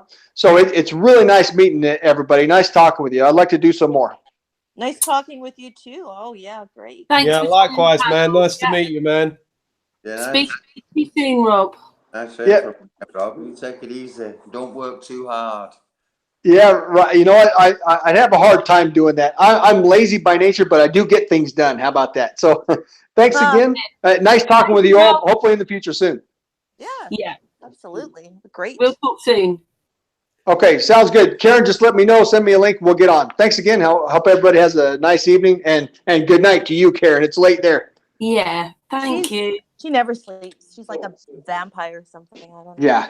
Yeah, exactly. Huh? She's always late, especially talking to us too in the States. All right, talk to you later then. Good night. Ciao, We man. get the graveyard shift. Anyway, thanks a lot. Bye. Oh, that was great. Can you still hear me? I had to plug my phone. I can't find my remote charger, so I Yeah. just plugged it into the wall, and now my phone's a bit far away from where I was. So you can still hear me okay?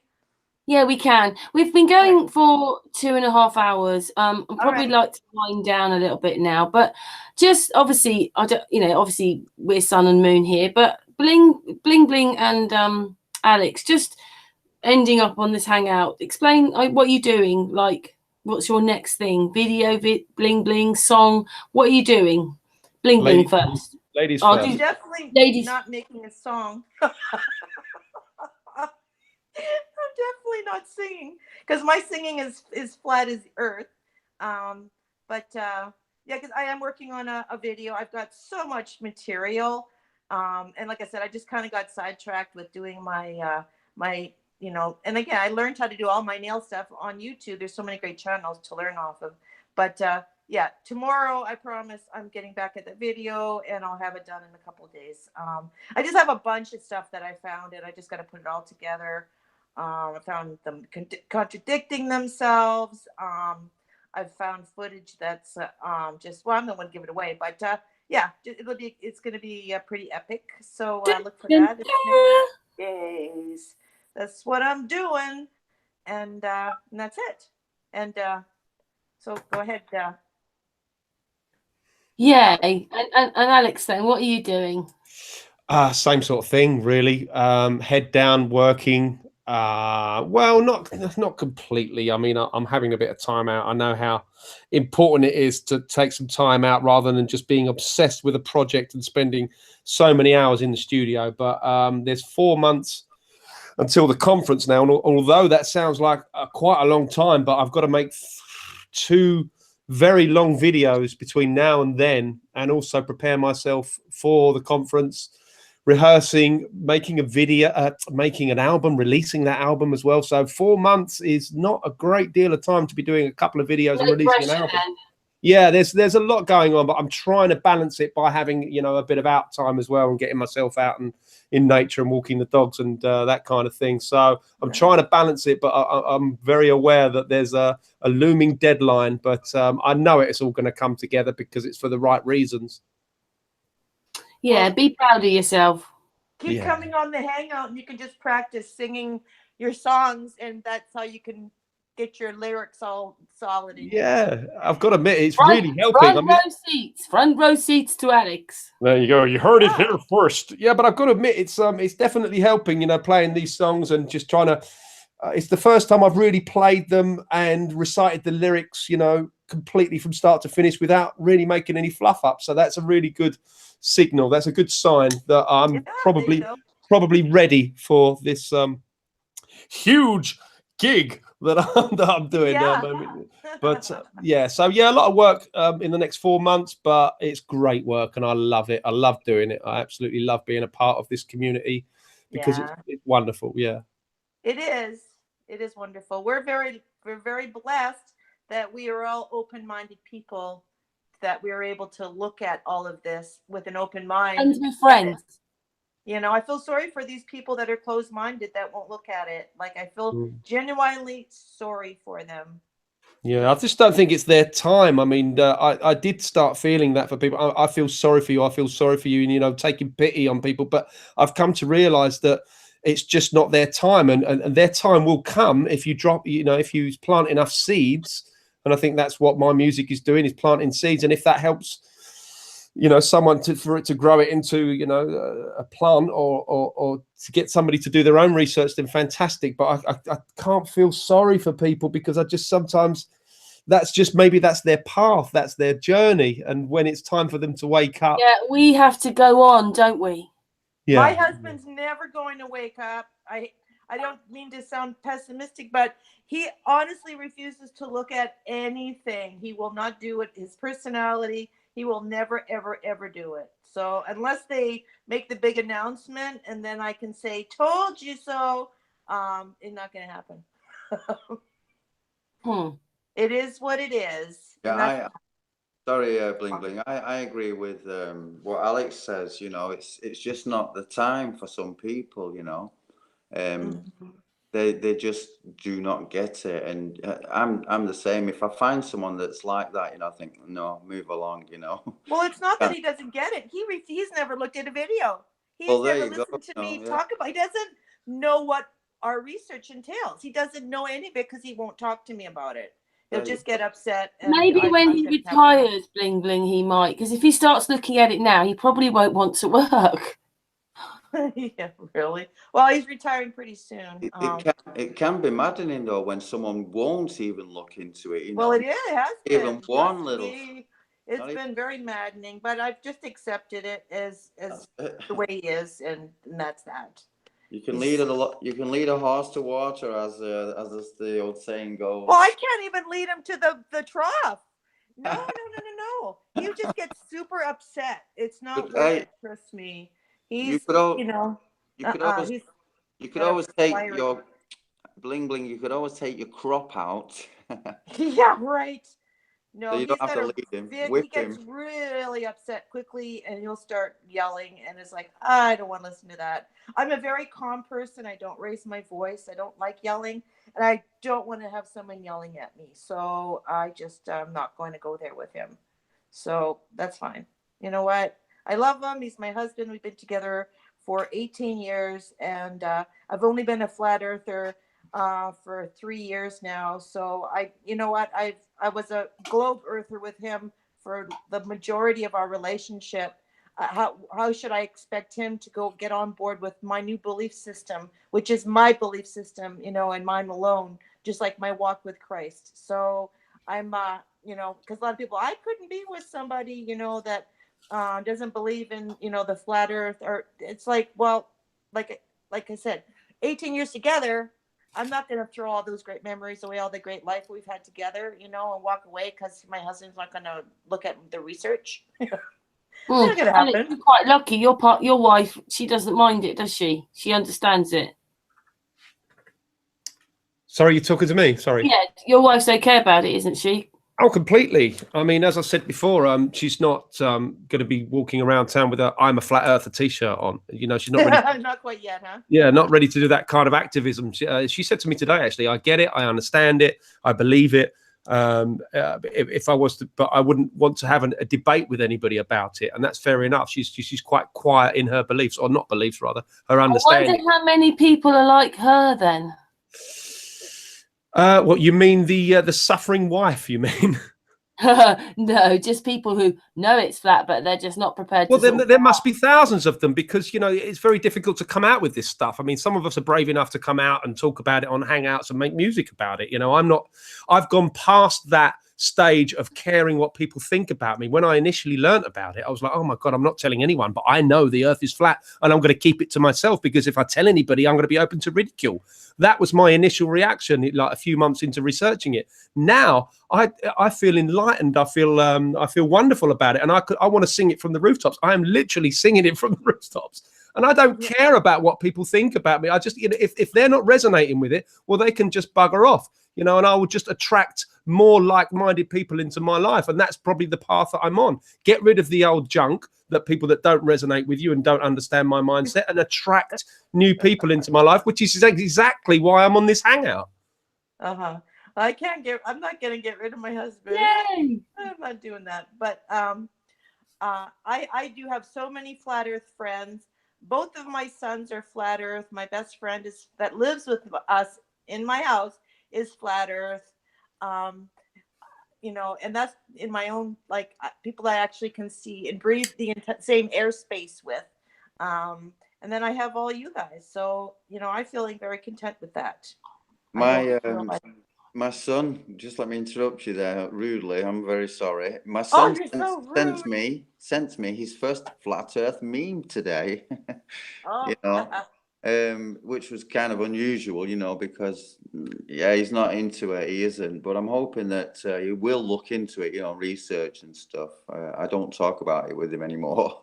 so he was just making fun of you, or was it like a meme that showed? Yeah. I think he thinks he's a bit crazy. It's a meme of the planets from space, and then obviously the one of Earth was a flat one, like a square.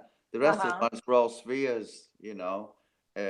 Yeah, so it was something, a globe taking the piss out of flat earthers, I do believe. Yeah, it's I didn't pay like that much attention, but that stupid mentality. Well, everything above it is a globe, so why is the Earth flat? Like when we say, well, it's like pool balls in a pool table, you know, like, or ping pong balls in a ping pong table, or tennis balls in a tennis. You know, you get it. But even those planets, we don't know what they are, do we? I mean, we see them through a telescope, and they do not look solid in any way at all. They don't look. To me, they really don't look spherical either. Look like an object underneath water, if anything. Yeah, absolutely. Did you see Mars the other night? It was so bright. I was looking at it with my P900. Yeah, beautiful. And you know, it just does not look like anything that you could actually go and walk on. Yeah. Away. Can I just say something? Our Patricia's been really quiet. I don't know if she's awake, but our Patricia, are you there? Just checking, because I don't want to leave her out because she hasn't said anything all night. Patricia. Oh, she might not be there then. She might have gone to sleep listening to us. She's always the quiet one. Yeah, but she might be having a cup of tea. Yeah. Anyway, we've been going now for getting on for nearly 3 hours. Don't mean to be a party pooper, but we have been on so many hangouts lately. And yeah, usually gets to about 3 hours. It's a good time to stop. But so appreciate Bling Bling coming on and her lovely nail. My nail. I know the chat room. 10 done now. Thank you very much.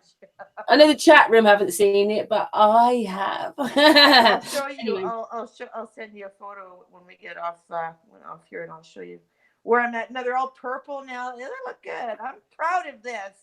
This is easy. I'm proud. Well done, Bling Bling. And I'd like to say thank you to Paul on the plane. And that sounds so exciting that he's also doing experiments. It's great, isn't it? And also thank you to Rob. And of course, Astral and Patricia. And you, Alex, conspiracy music guru. Thank you so much. No, you're welcome. You're welcome. It's been a pleasure. Thank you so much for playing those songs, because I did think, the end of that other hangout that, you played quite a few songs. It might be quite tiring. We're listening. I couldn't do it.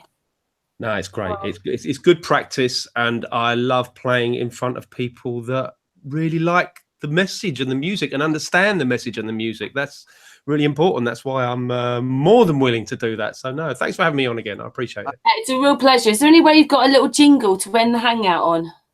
No, I'm all done. I'm all done. What? I was going to say I like it that you come on, Alex, because it breaks up, the hangout in a sense. It makes it more fun I think it takes the edge off hangout. Great.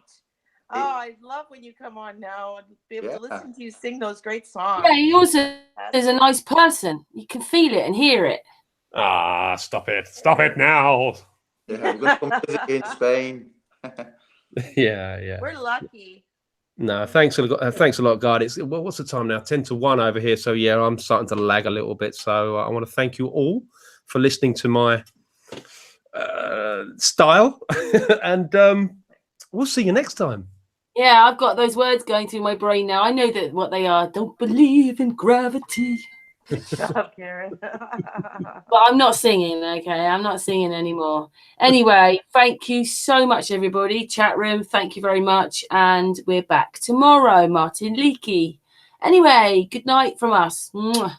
Good night. Good night.